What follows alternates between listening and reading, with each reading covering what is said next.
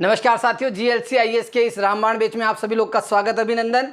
और मेरे प्यारे विद्यार्थियों, अभी तक अगर आपने ब्रह्मास्त्र रामबाण सीरीज जो चल रही 2022 प्री के लिए 21 मई को जो हमारा एग्जाम है, अगर उसके पुराने वीडियो नहीं देखे तो प्लेलिस्ट बना रखी है। बहुत ज़बरदस्त मेहनत है।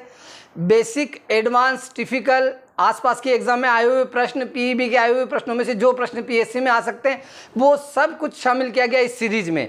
और आप मेरे साथ यूनिट 4 पढ़ रहे थे। यूनिट 4 के आगे का आज लास्ट वीडियो है जिसको हम यहाँ कंप्लीट करेंगे और इसके बाद यूनिट 5 के साथ हम लोग कल मिलेंगे। रही बात तैयारी की, एग्ज़ाम के 15 दिन पहले हतोत्साहित होना, निराशाजनक होना, नकारात्मकता आना, डर आना, ये सामान्य प्रक्रियाओं का हिस्सा है। इनको लेकर ज़्यादा आतंकित ना रहें। डर लगता है, ऐसा लगता है कि मेरा कुछ भी तैयार नहीं है, मुझे तो कुछ भी नहीं आता है, ये सबके साथ होता है। ऐसे सीनियर लोगों के साथ भी होता है जो बार बार ये परीक्षा देकर मेंस लिख रहे हैं। सबके ये एग्ज़ाम का एक फोबिया है। आपको कुछ नहीं करना है, जो आपने अभी तक पढ़ा है उसका आपको बार बार रिवीजन करना है। ब्रह्मास्त्र और रामबाण को बहुत अच्छे तरीके से पढ़ लेना है। इसकी पीडीएफ जो है आप लोगों को अपना जो ऐप है उस ऐप पे मिल जाएगी, यहाँ से आप पीडीएफ इसकी प्राप्त कर लें। और विजय सर को बोल दिया गया कि इसकी पीडीएफ ऐसी बनाए कि 30-40 पेज की रहे ताकि बच्चा प्रिंट आउट भी कहीं पे भी रहता तो प्रिंट निकाल सके। तो ये रंगहीन प्रिंट आउट भी आप आके ले पाएंगे। इस रंगीन में तो बहुत ज़्यादा खर्चा हो जाएगा मेरे बच्चों का। और तीसरी चीज़ आपको करनी है कि बेटा GLC IAS MPPSC app download करके टेस्ट सीरीज लगानी है। उसके एफएलटी 20, 25, 30 भी अच्छे से लगा लिए बेटा तो डेफिनेटली आपको एग्जाम में इसका फ़ायदा मिलेगा। इसलिए 3 चीज़ें, रिवीजन बिना डर के बिल्कुल, और ये रामबाण ब्रह्मास्त्र अच्छे से पढ़ो, टेस्ट सीरीज लगाओ, फिर अपना परिणाम खुद आंक लो। ठीक है बेटा, चलते हैं अपन आगे वीडियो पे।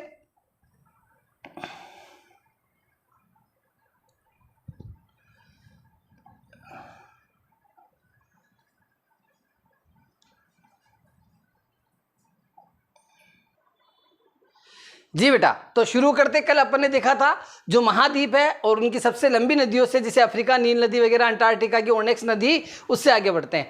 अटलांटिक महासागर में वार्षिक तापांतर प्रशांत महासागर की अपेक्षा अधिक होता है। देखिए, अटलांटिक महासागर जो है उसकी आकृति आप देखेंगे तो कैसी है। ये आपका उत्तरी अमेरिका, ये आपका दक्षिणी अमेरिका, ये आपका यूरोप, ये आपका अफ्रीका, और ये ऐसे है। ठीक है, तो यहाँ से एक क्वेश्चन एग्जाम में ये आता है कि जो अटलांटिक महासागर है उसका आकार कैसा है। यहाँ से क्वेश्चन हमेशा पीएससी लगभग पूछता रहा है। कभी कटक का नाम लेके कि अटलांटिक महासागर के कटक, वो उसका जुड़ाव वगैरह, कभी वहाँ की जलधारा। तो ध्यान में रखना है वार्षिक तापांतर में क्या है, अटलांटिक महासागर जो है वो प्रशांत महासागर से ज़्यादा रखता है। नेक्स्ट क्वेश्चन है, उत्तरी गोलार्ध में दक्षिणी गोलार्ध की तुलना में तापांतर अधिक रहता है। बिल्कुल रहेगा, क्योंकि जो उत्तरी गोलार्ध है, ये उत्तरी गोलार्ध में क्या है, 80% भाग स्थलीय है। ठीक है, और दक्षिणी गोलार्ध में क्या है, जल का विस्तार अधिक है। इस कारण से तापांतर जो है वो कम ज़्यादा कहाँ अधिक पाया जाएगा, उसका डिफरेंस उत्तरी गोलार्ध में। ये कारण हो गया। कभी कारण कथन कारण में क्वेश्चन आ जाए तो भी आप कर सकते हैं कि किस कारण से ऐसा है। तुर्की की वान झील लवणता में सबसे अधिक है। लवणता सर्वाधिक किसकी है, वान झील। ठीक है, सपाट शीर्ष वाले समुद्री पर्वतों को क्या कहते हैं, गाइओट। गाइओट क्या होता है, सपाट शीर्ष। जिन पर्वतों के किन्हीं कारणों से शीर्ष जो है वो कटाव कर चुके हैं, वो पर्वती, और ऊपर वो थोड़ा सा हल्का हल्का सा छोटा सा मैदानी भाग रखते हैं। ठीक है, ऐसे पर्वतों को गाइओट कहते हैं। प्रवाल भित्तियां जो है वो प्रशांत महासागर में, ऐसा नहीं कि अन्य महासागरों में नहीं पाई जाती है, लेकिन तापीय स्थितियां जो है प्रशांत महासागर में अच्छी है। इस कारण से सर्वाधिक कहाँ मिलती है, पैसिफिक ओशन में। दक्षिणी अटलांटिक महासागर में बरमुडा प्रवाल द्वीप, बोवेट द्वीप, सेंट हेलेना द्वीप ज्वालामुखी प्रकार के द्वीप है। देखिए यहाँ पे थोड़ा सा विशेष रूप से देखिएगा, बरमुडा ट्राइंगल पे आपने बहुत सारी मूवी देखी होगी, मेरा तो इंटरेस्टिंग टॉपिक रहता है ऐसा। ये एक प्रवाल द्वीप है। ठीक है, ये कहाँ स्थित है, दक्षिणी अटलांटिक महासागर में। ये आपका दक्षिणी अमेरिका, यहाँ पे आपका ये कैरिबियाई द्वीप समूह, क्यूबा वगैरह। ठीक है, और ये ऐसे इस तरीके से ये जो द्वीप बने हुए हैं। ठीक है, इसमें बरमुडा प्रवाल भित्ति, बरमुडा जो ट्राइंगल आता है वो इस जगह आता है। ठीक है, बोवेट द्वीप, सेंट हेलेना द्वीप, ये द्वीप जो है ये कौन से, ज्वालामुखी। सेंट हेलेना थोड़ा इधर आता है। सेंट हेलेना द्वीप वही द्वीप है जिस पे जो आपका कौन था, नेपोलियन बोनापार्ट, उसको आखिरी समय में वहीं पे भेज दिया गया और 1816 से लेकर 1821 तक वो इसी द्वीप पर बंदी के रूप में रहा। और 1821 में नेपोलियन की मृत्यु यहीं पे कैंसर से हो गई थी। अटलांटिक महासागर 55 डिग्री उत्तरी अक्षांश के पास अधिक चौड़ा हो जाता है, जहां पर इसे टेलीग्राफिक पठार के नाम से जाना जाता है। अब ये ध्यान रखिएगा, टेलीग्राफिक पठार जो है उसकी विशेषता किससे जुड़ी हुई है? अटलांटिक महासागर से। या किसका हिस्सा है अटलांटिक महासागर का? और ये कौन सा हिस्सा है? 55 डिग्री के उत्तरी अक्षांश के आसपास ये ऐसा स्वरूप बनाता है भौगोलिक रूप से, इस कारण से इसे टेलीग्राफिक पठार या पठारी संरचना के रूप में जाना जाता है। तो दोनों चीजें याद रखिएगा, टेलीग्राफिक पठार अटलांटिक महासागर में स्थिति 55 डिग्री उत्तरी अक्षांश के आसपास। भूमध्य रेखा के निकट स्थित गंभीर टेलीग्राफिक पठार को दो भागों में बांटती है। कौन बांटती है? रोमांच गंभीर। कौन बांटती है? रोमांच गंभीर। ये ध्यान में रखिएगा, भूमध्य रेखा पर टेलीग्राफिक पठार जो है भूमध्य रेखा के निकट रोमांच गंभीर। अटलांटिक महासागर की तटरेखा बहुत कटी-फटी है, इस कारण इसकी तटरेखा की लंबाई प्रशांत हिंद महासागर की तटरेखा की कुल लंबाई से अधिक है। अब ये देखिएगा क्या है, जैसे एक तो सीधी तटरेखा हो गई ऐसी, ये इतनी लंबी दिख रही है, और एक तटरेखा ऐसे ऐसे हो गई। तो ये दिखने में छोटी है, लेकिन अगर जब लंबाई गिनी जाएगी तो क्या होगा? ऐसे ऐसे गिनी जाएगी। तो अटलांटिक महासागर की तटरेखा की लंबाई इतनी अधिक है कि प्रशांत महासागर और हिंद महासागर की दोनों को जोड़ ले तो भी।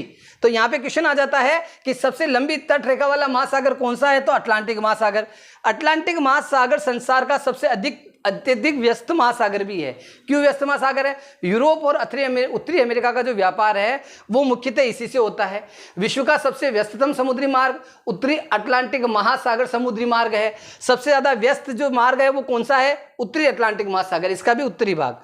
मॉरिशस और रियूनियन द्वीप ज्वालामुखी प्रक्रिया से उत्पन्न हुए। जो मॉरिशस है, जो पूर्वी एशिया का भाग है, वो किससे बना है? ज्वालामुखी से। सबसे छोटा महासागर अगर एरिया वाइज देखें तो सबसे छोटा महासागर कौन सा होगा? उत्तरी ध्रुव महासागर या आर्कटिक ओशियन। नेक्स्ट, प्रशांत महासागर की ठंडी जलधाराएं। इनको थोड़ा सा हल्का सा आपको नेम ध्यान रखना है, जैसे मैं कैसे याद रखता हूं कभी कभी एग्जाम में जाने से पहले, तो केली, क्यू, पेरू, अटलांटिक, प्रशांत की ठंडी। तो आप भी उस तरीका अपना सकते हैं। कैलिफोर्निया की जलधारा, अब ये कैलिफोर्निया की जलधारा प्रशांत महासागर की ठंडी जलधारा है। क्यूराई की जलधारा, ये भी प्रशांत महासागर की ठंडी जलधारा है। पेरुवियन जलधारा, ये भी दक्षिण से आती पेरू की जलधारा, ये वही जो हम्बोल्ट जलधारा भी जिसे कहा जाता है, अल्निनो लालिनो प्रभाव जिसके कारण उत्पन्न होती है, ये वो वाली है। ये ठंडी जलधारा है। भूगर्भिक ताप के कारण जब पेरू की जलधारा गर्म हो जाती है तो यहाँ पे निम्न वायुदाब का केंद्र बनाती है। उसके प्रभाव स्वरूप क्या होता है? अल्निनो आता है, मानसून बिखर जाता है, मानसून का एक हिस्सा ऑस्ट्रेलिया की ओर आकर्षित होने लग जाता है और भारत में वर्षा कमजोर हो जाती है। तो ये पेरू जलधारा ठंडी जलधारा, पीएससी ने पूछा ये क्वेश्चन। अंटार्कटिका की जलधारा, अंटार्कटिका से आ रही मतलब ठंडी है। प्रशांत महासागर की गर्म जलधारा है। क्यूरोशियो की जलधारा, ये जापान वाले आसपास। अलास्का की जलधारा, अब आपको ऐसा लग रहा है कि अलास्का तो ठंडा है, लेकिन ये अलास्का की जलधारा अलास्का की ओर जाने की वजह से कहलाती है। प्रतिविश्वत रेखीय प्रवाह है ये, जो अलास्का की जलधारा के नाम से आता है। अल्निनो जलधारा, अभी बात करी गर्म। सुशिमा जलधारा, ये भी जापान वाले पार्ट के बीच में, ठीक है। तो सुशिमा, अल्निनो, अलास्का और क्यूरोशियो की जलधारा क्या है? प्रशांत महासागर की गर्म जलधाराएं। अटलांटिक महासागर की ठंडी जलधारा, ठीक है। तो ठंडी जलधारा में कौन सी आती है? लेब्राडोर, बेंगुला, कनारी और अटलांटिक की जलधारा। अटलांटिक महासागर की गर्म जलधारा है फ्लोरिडा, ब्राजील, इरमिंजिर और गल्फ स्ट्रीम। देखो, जब ये गल्फ स्ट्रीम जलधारा आती है इधर से अटलांटिक महासागर की तरफ से, ये उत्तरी अमेरिका, दक्षिणी अमेरिका है, ये यूरोप वाला भाग है, जैसे ऐसे आ रही है, तो क्या होता है? इसके तीन हिस्से हो जाते हैं, ऐसा ऐसा। एक टुकड़ा जो होता है वो क्या होता है? अफ्रीका के पश्चिमी तटों की ओर बढ़ जाता है, एक यूरोप के पश्चिमी तटों की ओर और एक मुड़ जाता है। तो इसके तीन हिस्से हो जाते हैं। इसका और भी डेप्थ में आप चाहे तो पढ़ सकते हैं कहीं पे भी। इसको क्या कहा जाता है? पहला गल्फ स्ट्रीम की जलधारा, दूसरा उसको क्या कहा जाता है? इरमिंजिर की जलधारा, तीसरा उसे क्या कहा जाता है? रेनेल की धारा। तो जो अफ्रीका की तरफ जाती है उसे क्या कहते हैं? रेनेल की धारा, रेनेल, ठीक है। तो इरमिंजिर, गल्फ स्ट्रीम और रेनेल गर्म। ब्राजील, फ्लोरिडा भी अटलांटिक महासागर की गर्म जलधाराएं। हिंद महासागर की गर्म जलधारा, हिंद महासागर में जलधाराओं का जो प्रॉब्लम है वो कम है। मोजाम्बिक और अगुलास की जलधारा, मोजाम्बिक और अगुलास की जलधारा कौन सी है? ये आपका dark continent Africa, horn of Africa, ये आपका मालागासी या मेडागास्कर। एक इधर से निकल रही है, एक इधर से निकल रही है, बस यूँ समझ लो। मोजाम्बिक व अगुलास की जलधारा दोनों गर्म जलधाराएं हैं। फिर सारगेसो सागर, गल्फ स्ट्रीम, कनारी तथा उत्तरी विषुवतीय जलधारा के चक्र के बीच स्थित शांत जल क्षेत्र है। ये अब ये ध्यान में रखिएगा, इसे महासागर में बंद सागर भी कहते हैं, या सागर में सागर, महासागर में सागर भी कहते हैं, ठीक है। और इसके चारों तरफ एक विशेष वनस्पति पाई जाती है, जिसकी वजह से क्या होता है, ये अपने आप को और एक नया स्वरूप दे देता है, ऐसे ये पूरा, ठीक है। तो सार्गेसो सागर पहली बात स्थित कहाँ है, तो ये सार्गेसो सागर स्थित है अटलांटिक महासागर में।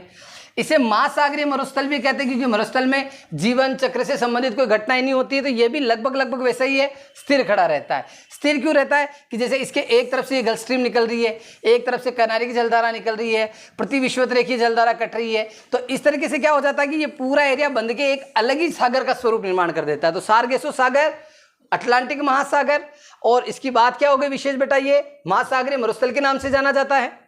नेक्स्ट, न्यू फाउंडलैंड पर समुद्री मछली पकड़ने का प्रसिद्ध स्थान ग्रैंड बैंक उत्तरी अटलांटिक महासागर में स्थित है। अब यहाँ पे पहली चीज, ग्रैंड बैंक किसके लिए फेमस है, मछली उत्पादन के लिए। कहाँ स्थित आता है, उत्तरी अटलांटिक महासागर में। मेनली इसके पास लगने वाला जो कोस्टल एरिया वो कौन सा है, न्यू फाउंडलैंड। कौन सा है, न्यू फाउंडलैंड, ये ध्यान में रखिएगा।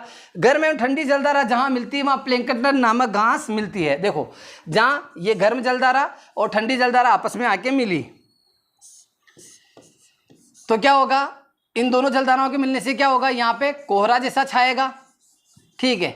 यहाँ का एक अलग ही एटमॉस्फेयर बनेगा, और ऐसा मौसम जो है वो प्लैंकटन वनस्पति के लिए बहुत ज़्यादा बढ़िया रहता है। और प्लैंकटन वनस्पति मछलियों का समुद्री रूप से मुख्य आहार प्लैंकटन ही है। नेक्स्ट, रानी नायक शीतल जलधारा है, जिसकी उत्पत्ति पेरू के तटवर्ती क्षेत्र में होती है। शायद मुझे लग रहा है कुछ मिस प्रिंट हो गया,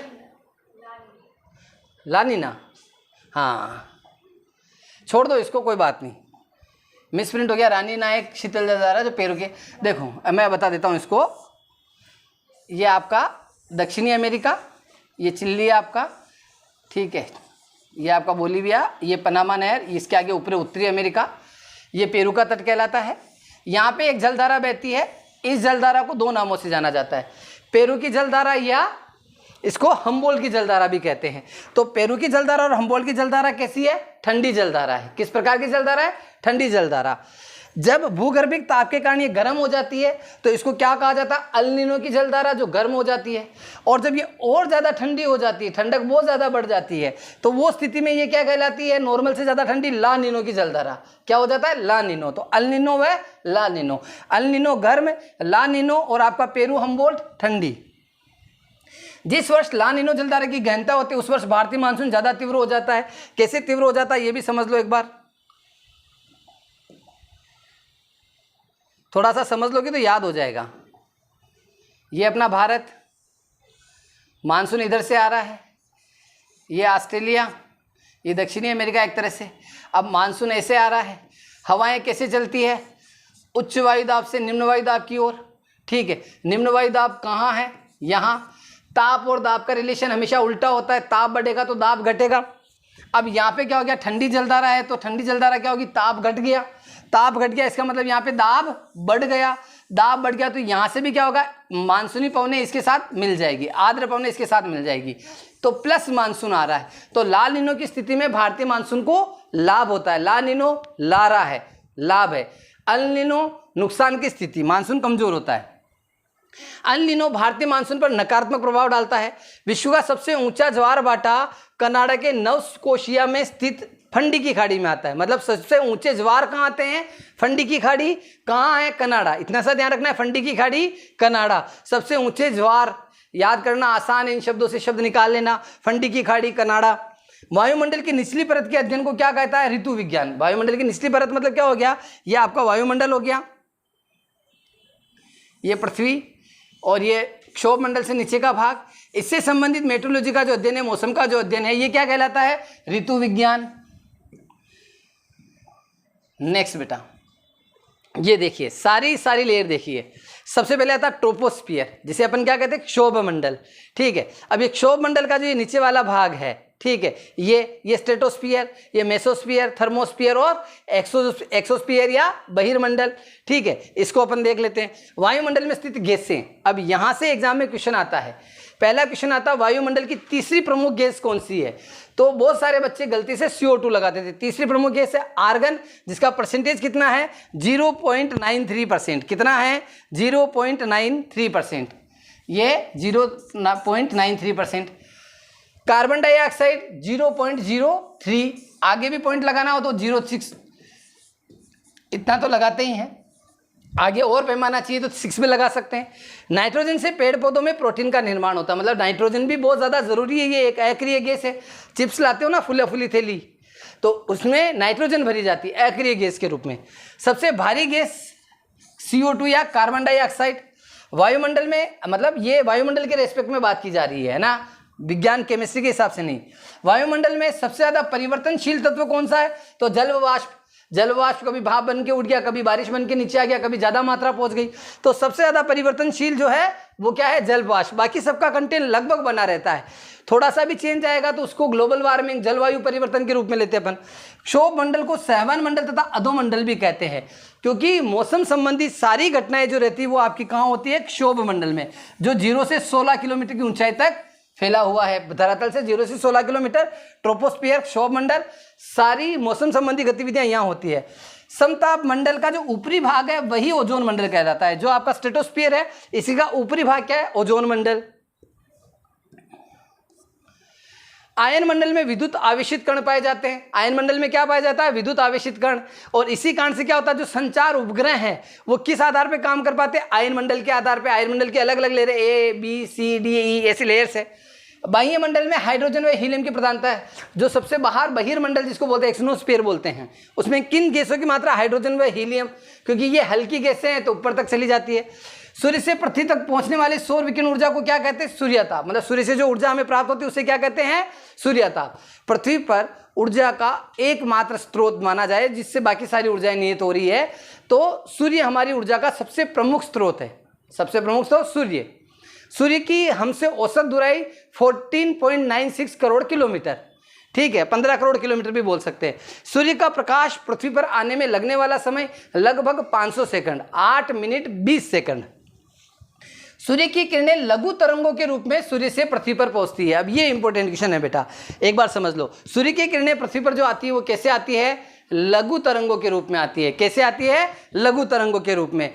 पूर्ण मेघाच्छादन के समय सूर्य के प्रकाश में कमी का मूल कारण परावर्तन होता है, ना कि अवशोषण। अब ये समझिएगा बेटा, ये विज्ञान का भी है, भूगोल भी है। ये पृथ्वी है, ये बादल है, सूर्य देवता का प्रकाश आ रहा है और यहां से पृथ्वी पे नहीं आ पा रहा है। आपको छाया महसूस हो रही है, तो क्या बादलों ने प्रकाश का अवशोषण कर लिया? नहीं। अवशोषण कर लेते तो वायुमंडल इतना गर्म हो जाएगा कि आपको समस्या हो जाएगी। यहां से क्या होता है? बादल सीधा क्या कर देते हैं? प्रकाश को परावर्तित कर देते हैं। तो जब बादल होते हैं तो सूर्य के प्रकाश में कमी का कारण क्या रहता है? परावर्तन। प्रकाश धरातल तक आ ही नहीं पाता है, ऊपर रिफ्लेक्ट हो जाता है और सूर्य से मिलने वाली ऊर्जा का 2% भाग बादलों के द्वारा डायरेक्टली क्या कर दिया जाता है? वापस अंतरिक्ष में भेज दिया जाता है। विषुवतरेखीय क्षेत्र को शांत कटिबंध या डोलड्रम कहा जाता है। डोलड्रम क्यों कहा जाता है? देख लो बेटा, ये भी एक बार यहां से भी क्वेश्चन एग्जाम में आएगा। ये पृथ्वी,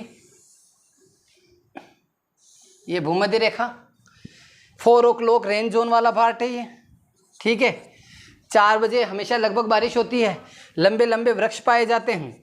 आप गाड़ी चला रहे हैं और वहाँ पे सबसे लंबा, मतलब एकदम जो रोड है पूरा, वो रोड पूरा जो है, बेटा रहने दो इसको, जैसे सब पूरा लंबा रोड है प्लेन, ठीक है, तो आप गाड़ी बड़ी स्पीड से चला पाओगे।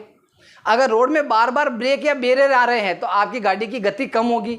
तो यहाँ पे विषुवत रेखा पे क्या रहता है? पेड़ पौधों की अधिकता बहुत अधिक है, इस कारण से वायु लगभग शांत रहती है, बहुत ज़्यादा तीव्र गति से नहीं बन पाती है। इस कारण से 0 डिग्री से 10 डिग्री के बीच का ये पार्ट जो है शांत पेटी या क्या कहलाता है? डोलड्रम कहलाता है। क्या कहलाता है आपका? डोलड्रम। इसके आगे का उत्तरी गोलार्ध का ये जो भाग है 23.5 डिग्री से लेकर 35 डिग्री के बीच का भाग, यहाँ पे जो पवनें बहती है इसको बोलते हैं व्यापारिक पवनें। और उत्तरी गोलार्ध में इनको क्या कहा जाता है? हॉर्स लैटिट्यूड भी कहा जाता है, अश्व अक्षांश भी कहा जाता है, क्योंकि जब अरब यात्री यूरोप की ओर यात्रा करते थे और हवाएं इन या हवाओं के चलने के कारण जहाज का वजन कम करने के लिए वो घोड़ों को अटलांटिक महासागर में फेंक दिया करते थे, तो इन अक्षांशों का नाम क्या पड़ गया? अश्व अक्षांश, ठीक है। और इसके ऊपर वाला जो भाग है ये 40 से 60 डिग्री वाला भाग, यहाँ पे जो पवनें चलती है जो दक्षिणी गोलार्ध में ज़्यादा सख्त है, ज़्यादा पावरफुल चलती हैं, इनको क्या कहते हैं बेटा? पछवा पौने। क्या कहते हैं? पछवा पौने। इन पछवा पवनों की भी अलग जगह अलग अलग नाम है। दक्षिणी गोलार्ध में इनके पावरफुल होने का कारण क्या है? क्योंकि दक्षिणी गोलार्ध में जल का विस्तार अधिक है, कोई बैरियर नहीं आता है, तो ये फुल स्पीड से प्रवाह कर पाती है। तो पछवा पवने जो है 40 डिग्री पर इसको क्या बोलते हैं? इसको 40 डिग्री पे गरजता 40सा, 50 डिग्री पे क्या बोलते हैं? प्रचंड 50सा, और 60 डिग्री पे क्या बोलते हैं? चीखता 60। ठीक है, 40 डिग्री पे गरजता या दहाड़ता 40सा, 50 डिग्री पे प्रचंड 50सा और 60 डिग्री पे चीखता 60। इन नाम से पछवा पवनों को जाना जाता है और इनसे एग्जाम में क्वेश्चन आए हैं। आप देखिए, विषुवत रेखा से 30 डिग्री से 35 डिग्री अक्षांश के मध्य दोनों गोलार्ध में उच्च दाब की पेटियां उपस्थित होती है, जिसे अश्व अक्षांश कहते हैं। ये आगे आ गया है। स्थानीय हवाएं और उनका एरिया, यहां से भी आपके एग्जाम में क्वेश्चन आता है। बोरा पवने कहां चलती है? एड्रियाटिक तट। कहां चलती है? एड्रियाटिक तट। मिस्ट्रल पवने स्पेन और France. Mistral Spain France. Willy willy पवने या तूफान ऑस्ट्रेलिया में। Williwaw Alaska. बुरान पवने रूस। अच्छा चलो ये बताओ, हाल ही में विश्व का एक देश न्यूजीलैंड, जिसने तूफान की वजह से राष्ट्रीय आपातकाल लगाया, उस तूफान का नाम क्या था? ये कमेंट बॉक्स में बता दो। बुरान पवने रूस। चिनूक रॉकीज पर्वत पर बहने वाली गर्म हवाएं, जैसे हमारे यहाँ लू है, लू को वहां कंपेयर किया जाता है चिनूक से। कहां चलती है? उत्तरी अमेरिका के रॉकीज पर्वतमाला के ढालों पर। फोन, ये भी गर्म हवा है जो कहां चलती है? आल्प्स पर्वत वाले एरिया में। हरमटन, ये गर्म हवाएं हैं, कहां चलती है? सहारा रेगिस्तान में बहती है। अब ये जो हरमटन पवने हैं, ये सहारा मरुस्थल वाले भाग में चलती है, ये हरमटन पवने। लेकिन जब ये गिनी तट पे आती है तो इनमें नमी मिल जाती है और गिनी तट पर ये क्या कर देती है? मौसम को खुशगवार कर देती है। इस कारण से हरमटन पवनों को गिनी तट पर क्या कहते हैं? डॉक्टर पवने कहा जाता है। स्वास्थ्य के लिए लाभप्रद रहती है, इस कारण से हरमटन पवनों को क्या कहा जाता है? डॉक्टर पवने कहा जाता है। फिर बेलफास्ट, ये किस उद्योग के लिए प्रसिद्ध है? विश्व के प्रमुख औद्योगिक जगह जो किस किस उद्योग के लिए प्रसिद्ध है? यहां से भी एग्जाम में एक क्वेश्चन आता है बेटा। बेलफास्ट जहाज निर्माण। आप गुरुजी के साथ पढ़ रहे हैं रामबाण ब्रह्मास्त्र सीरीज। आपको बेहतर तरीके से रामबाण और ब्रह्मास्त्र पढ़ने हैं। इनकी पीडीएफ आपको ऐप पे मिल जाएगी। बहुत जल्दी आप लोगों के बीच में मैं इसकी जो पीडीएफ है वो बिल्कुल फोटोकॉपी आप करवा सकते हो, उस रूप में प्रेजेंट करवा दूंगा। साथ ही जी देखिए साथियों, आप जो इस रामबाण और ब्रह्मास्त्र का अध्ययन रिवीजन कर रहे हैं जी साथियों, तो आप मेरे साथ रामबाण ब्रह्मास्त्र सीरीज पढ़ रहे हैं। बेटा इसका एक एक वीडियो अच्छे से देखना है। पीडीएफ के लिए मैं बोल रहा था कि आप फोटोकॉपी निकाल पाओ, ऐसी पीडीएफ आप लोगों के पास ऐप के माध्यम से मैं भिजवा दूंगा। और इसके साथ ही अभी तक बेटा टेस्ट सीरीज नहीं लगा रहे हो तो सच में अपराध कर रहे हो अपने सिलेक्शन को लेके। ऐसा अपराध नहीं है, है ना? कोई भाई ज़्यादा ही आ जाए कोर्ट केस कर दे मेरे ऊपर, ऐसा नहीं। टेस्ट सीरीज लगाने से क्या होगा कि आपको परीक्षा में आने वाले प्रश्नों के स्तर से अभी से रूबरू होने का मौका मिलेगा। टेस्ट सीरीज में केवल ये नहीं है कि 100 क्वेश्चन का कलेक्शन करके आप लोग क्या करोगे, उन चीज़ों को लॉन्च कर दो, ऐसा नहीं है बेटा। जब आप टेस्ट सीरीज बनाते हैं तो आपको पेपर के स्तर का पूरा ध्यान रखना होता है। GLCIS MPPSC ऐप पर जो टेस्ट सीरीज बनाई गई है वो बिल्कुल MPPSC के पेपर के स्तर को ध्यान में रख के बनाई गई है। रामबाण ब्रह्मास्त्र सीरीज और टेस्ट सीरीज, इन दोनों को भी अगले 10 दिन तक घोट के अच्छे से रहिए ना बेटा, तो निश्चित रूप से हनुमान जी महाराज कृपा करेंगे। इसलिए अभी ऐप डाउनलोड करो, टेस्ट सीरीज बिल्कुल करो। ये वीडियो चलते चलते मेरे को मैसेज लगा जाना चाहिए कि हाँ बच्चे ने परचेज कर लिया। और विश्वास करो या नहीं करो, मध्य प्रदेश में सबसे ज़्यादा ऑनलाइन बच्चे टेस्ट सीरीज जो हैं वो अपने ही ऐप पर दे रहे हैं। GLCIS MPPSC ऐप पर ही दे रहे हैं, इसलिए आपको भी टेस्ट लगाने हैं। आइए अपन देखते हैं बेलफास्ट, ये किसके लिए प्रसिद्ध है? जहाज निर्माण के लिए प्रसिद्ध है। किसके लिए प्रसिद्ध है? जहाज निर्माण के लिए। फिर देखते हैं लियोन फ्रांस, सिल्क उद्योग। शेफील्ड, चाकू छुरी, जैसे हमारे रामपुरा की चाकू फेमस है, रामपुरिया चाकू, तो यहाँ पे शेफील्ड ब्रिटेन चाकू छुरी। वेनिस इटली, कांच उद्योग के लिए। और भारत में कांच उद्योग के लिए क्या है बेटा? हरी हरी कांच की चूड़ियाँ कहाँ से लानी, ये बताओ। वेलिंगटन डेयरी उद्योग के लिए। नगोया जापान का हिस्सा है, जहाज निर्माण के लिए। डेट्राइट ऑटोमोबाइल के लिए, पीथमपुर की तरह। मैनचेस्टर, सूती वस्त्र उद्योग। डेट्राइट, अमेरिका का पीथमपुर किसको कहते हैं? डेट्राइट को। अपन ऊपर रहो, आपनो मध्य प्रदेश, तो ध्यान में रखना है। अमेरिका का जो पीथमपुर है वो क्या है? डेट्राइट। मैं जीके किताब लिखूंगा तो ऐसे ही डालूंगा। मैनचेस्टर सूती वस्त्र उद्योग के लिए, पिट्सबर्ग लौह इस्पात उद्योग के लिए, सिएटल वायुयान उद्योग के लिए, म्यूनिख जर्मनी लेंस निर्माण के लिए, ओसाका योकोहामा क्षेत्र सूती वस्त्र उद्योग के लिए। इनमें से 7 से 8 अभी तक पीएससी ऑलरेडी पूछ चुका है बेटा। आगे बढ़ते हैं बेटा, एक बार अपन हजारों जिलों की भूमि किसे कहते हैं? फिनलैंड। हजारों जिलों की भूमि फिनलैंड। दक्षिण का ब्रिटेन न्यूजीलैंड को, दक्षिण का Britain New Zealand. Land of thunderbolt, कड़कड़ाती बिजलियों का देश भूटान। भूमध्य सागर का द्वार या प्रवेश द्वार जिब्राल्टर। स्वर्णिम पेगोडा का देश म्यांमार। ब्लैक पेगोडा कोणार्क सूर्य मंदिर उड़ीसा। पूर्व का मैनचेस्टर ओसाका जापान। भारत का बगीचा बेंगलुरु। आंसुओं का प्रवेश द्वार या बाब अल मंडप, ये बेटा समझो, ये बाब अल मंडप मतलब उर्दू में उसको कर दिया गया है। ये आपका अफ्रीका, अभी ज़्यादा मैप बनाने का समय नहीं है। ये अरब, ये आपका लाल सागर, फारस की खाड़ी, अरब सागर और महान भारत, ठीक है। तो यहाँ फारस की खाड़ी से अरब सागर पे ये जो मार्ग आता था, ये मार्ग, इस मार्ग को कहते हैं बाब अल मंडप, जो फारस की खाड़ी और अरब सागर को मेनली जोड़ता है। इसका शाब्दिक अर्थ होता है आंसुओं का द्वार, क्योंकि यहाँ से जो व्यापारी यहाँ आते थे, बहुसंख्यक व्यापारी वापस अपने देश कभी लौट ही नहीं पाते थे, या तो यहीं निवासित हो जाते थे या रास्ते में मारे जाते या डाकों के द्वारा लूट लिए जाते।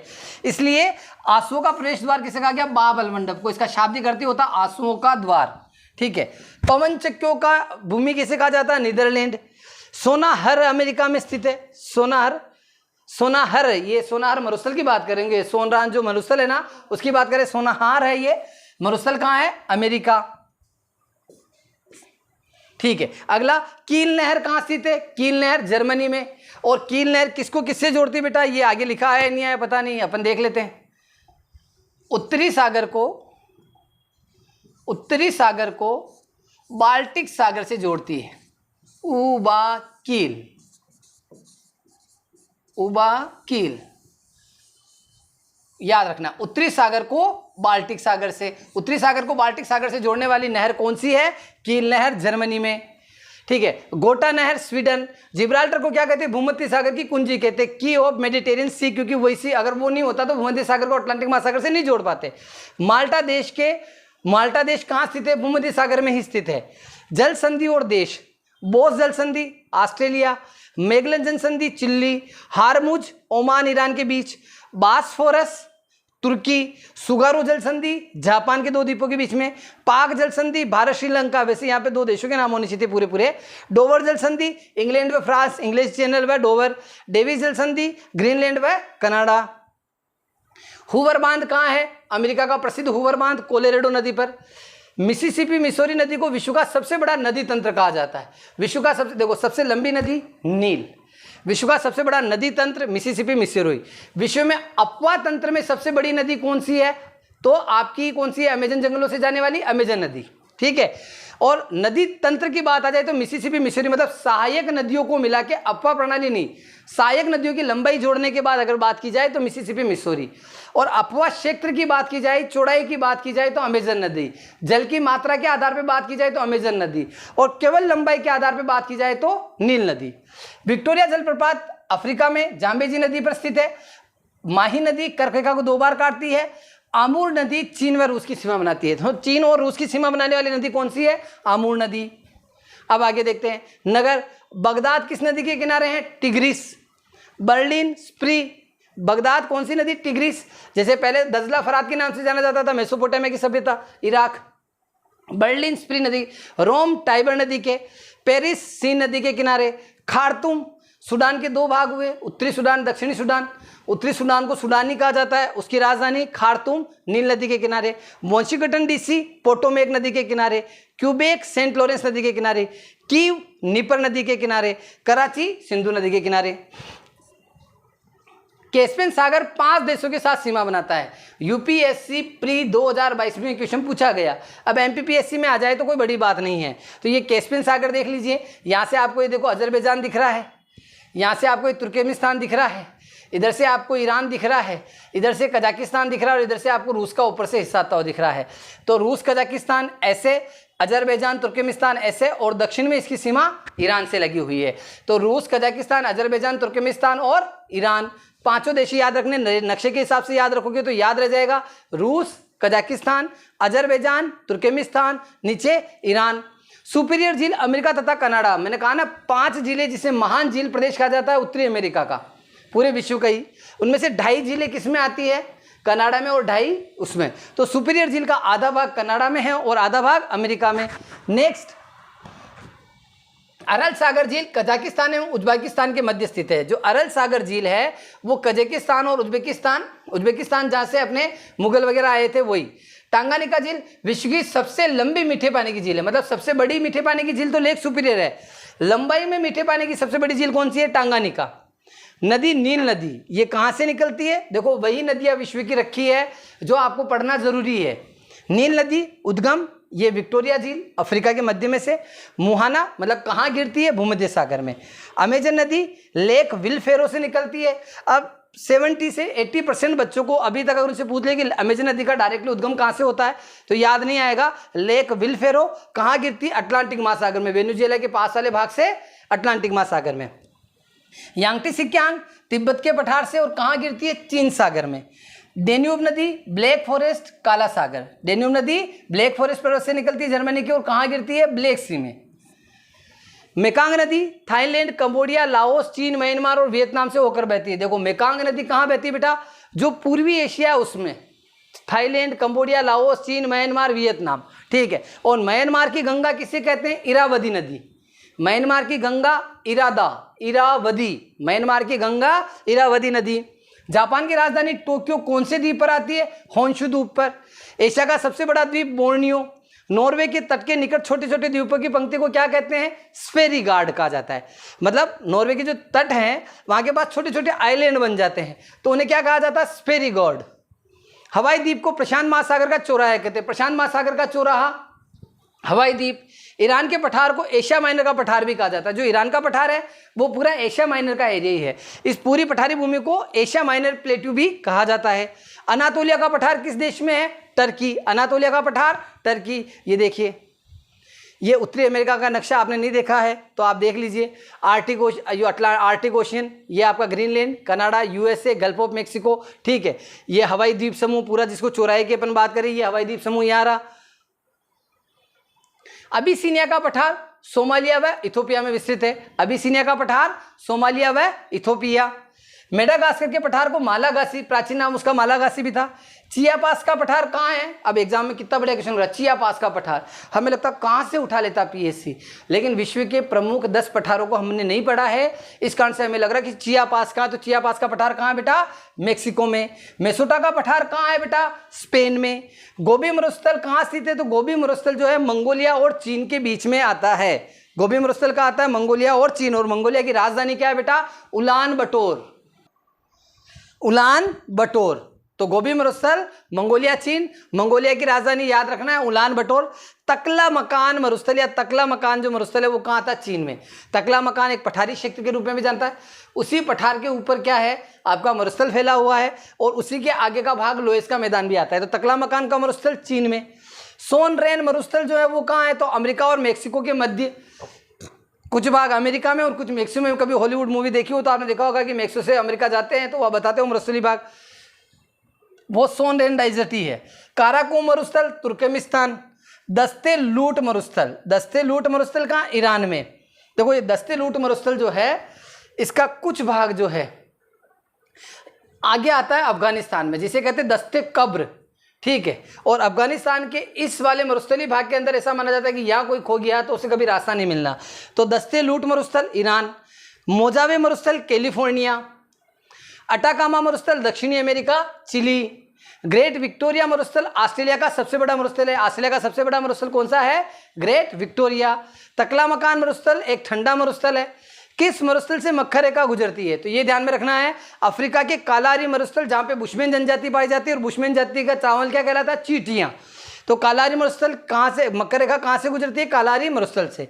विश्व का सबसे बड़ा द्वीप ग्रीनलैंड कहाँ आता है? आर्कटिक महासागर में, ऊपर वाला।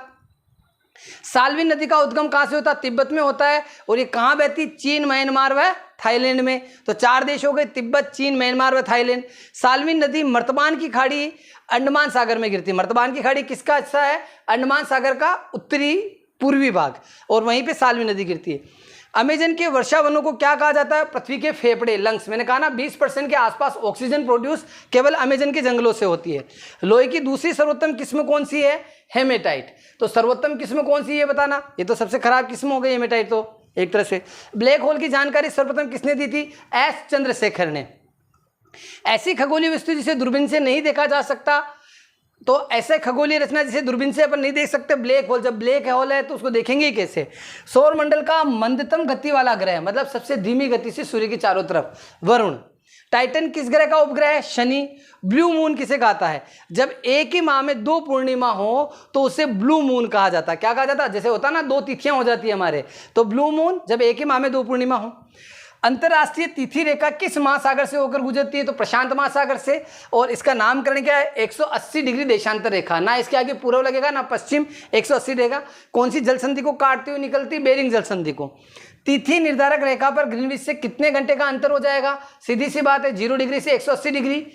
एक देशांतर को पार करने में 4 मिनट, तो यहाँ पे 180 को पार करने में कितना हो जाएगा? 720 मिनट या 12 घंटे। तो 0 डिग्री देशांतर व 180 डिग्री देशांतर के बीच अंतर कितना होगा? 12 घंटे। किस महाद्वीप से भूमध्य रेखा, कर्क रेखा और मकर रेखा तीनों प्रधान रेखाएं गुजरती है? केवल अफ्रीका से। दक्षिणी गोलार्ध में सबसे बड़ा दिन 22 दिसंबर। दक्षिणी गोलार्ध में सबसे बड़ा दिन क्या होगा? 22 दिसंबर, क्योंकि इस दिन सूर्य मकर रेखा पर सीधा होता है। किस तिथि को दिन रात बराबर होते? तो ऐसी 2 तिथियां हैं, एक मार्च की है और एक सितंबर की। 21 मार्च में 23 सितंबर। बलुआ पत्थर क्या है? तो बलुआ पत्थर एक अवसादी चट्टान या परतदार चट्टान है। महान हिमयुग का संबंध किससे है? प्लीस्टोसिन युग से है। भूकंप की तीव्रता किस पे मापी जाती है? रिक्टर स्केल पे। सुनामी शब्द किस भाषा का शब्द है? जापानी भाषा का शब्द है। माउंट मेरापी ज्वालामुखी कहाँ आता है? तो माउंट मेरापी इंडोनेशिया। विश्व का सबसे ऊंचा ज्वालामुखी पर्वत कौन सा है? Mount Cotopaxi. ज्वालामुखी में सबसे अधिक कौन सी गैस निकलती है? तो मैंने इस बारे में पहले बताया था, जल वाष्प सबसे ज्यादा। पृथ्वी के अंदर पिघले पदार्थ को मैग्मा कहते हैं और धरातल पर उसे लावा कहते हैं। धरती के भीतर मैग्मा और बाहर लावा। मोनोलोवा क्या है? मोनोलोवा एक सक्रिय ज्वालामुखी है। एपिनाइन पर्वत कहाँ स्थित है? इटली में। मैकेंजी पर्वत कनाडा। ड्रेकसबर्ग पर्वत क्या है? दक्षिणी अफ्रीका, जहां से ओरेंज नदी होकर निकलती है। ड्रेकसबर्ग पर्वत जो है वो दक्षिणी अफ्रीका, और ये यहाँ का मुख्य खनिज प्रदेश भी है। संसार का सर्वाधिक जनसंख्या वाला मरुस्थल, सर्वाधिक जनघनत्व वाला मरुस्थल थार का मरुस्थल। क्षेत्रफल में विश्व में थार का मरुस्थल 10वां स्थान रखता है। मुख्य रूप से इसका विस्तार 2 देशों में माना जाता है, भारत व पाकिस्तान। लेकिन जनसंख्या और जनसंख्या घनत्व में अग्रणी है थार का मरुस्थल। हिमालय का विस्तृत भाग अराकान योमा किस देश में आता है? म्यांमार में। तो मैंने क्वेश्चन भी आपको बताया था कि भारत और म्यांमार की सीमा कौन सा पर्वत बनाता है? तो ये अराकान योमा, ये शिवालिक का ही आगे का विस्तार है। ठीक है, म्यांमार भारत। दक्षिणी आल्प्स पर्वतमाला वो कहाँ है? न्यूजीलैंड में। एक आल्प्स यूरोप में और दक्षिणी आल्प्स न्यूजीलैंड में। पेटागोनिया का पठार दक्षिणी अमेरिका। पेटागोनिया का पठार दक्षिणी अमेरिका। अंधी घाटियाँ, ठीक है, अंधी घाटियाँ किस में पाई जाती है? कास्ट प्रदेश में, यूगोस्लाविया में मेनली मिलती है। ग्रेट बेसिन कहाँ स्थित है? अमेरिका में। पंजशीर घाटी कहाँ फेमस है? अफगानिस्तान में, और ड्राई फ्रूट्स के लिए फेमस है। टेलर घाटी कहाँ है? अंटार्कटिका में। ये पीएससी में पूछा हुआ है, टेलर घाटी अंटार्कटिका। पेंटागोनिया मरुस्थल क्या है? एक शीतोष्ण कटिबंधीय मरुस्थल है। बाकी उष्णकटिबंधीय है, शीतोष्ण कटिबंधीय मरुस्थलों में पेंटागोनिया का प्रमुख स्थान है। पृथ्वी का सर्वाधिक शुष्क क्षेत्र किसे माना जाता है? तो मतलब नमी न के बराबर रहती है ह्यूमिडिटी, वो अटाकामा मरुस्थल। गोबी मरुस्थल किस देश में? मेनली एक देश की बात की जाए तो मंगोलिया। वायुमंडल की कौन सी परत दूरसंचार प्रणाली के लिए प्रयोग में आती है? अभी चर्चा की थी अपन ने, आयन मंडल। वायुमंडल के किस परत में जेट वाहनों के लिए उड़ान पड़ती है? समताप मंडल। और वहां पे प्रथम विश्व युद्ध के दौरान जब पवनों का प्रवाह देखा अमेरिकी वायुयानों ने, तो उस प्रवाह को उन्होंने क्या नाम दिया? जेट वाहन, जेट स्ट्रीम। और जेट स्ट्रीम क्या है? हमारे मानसून में महत्वपूर्ण भूमिका निभाती है। तो जेट वाहन कहाँ उड़ते हैं? समताप मंडल या स्ट्रेटोस्फीयर।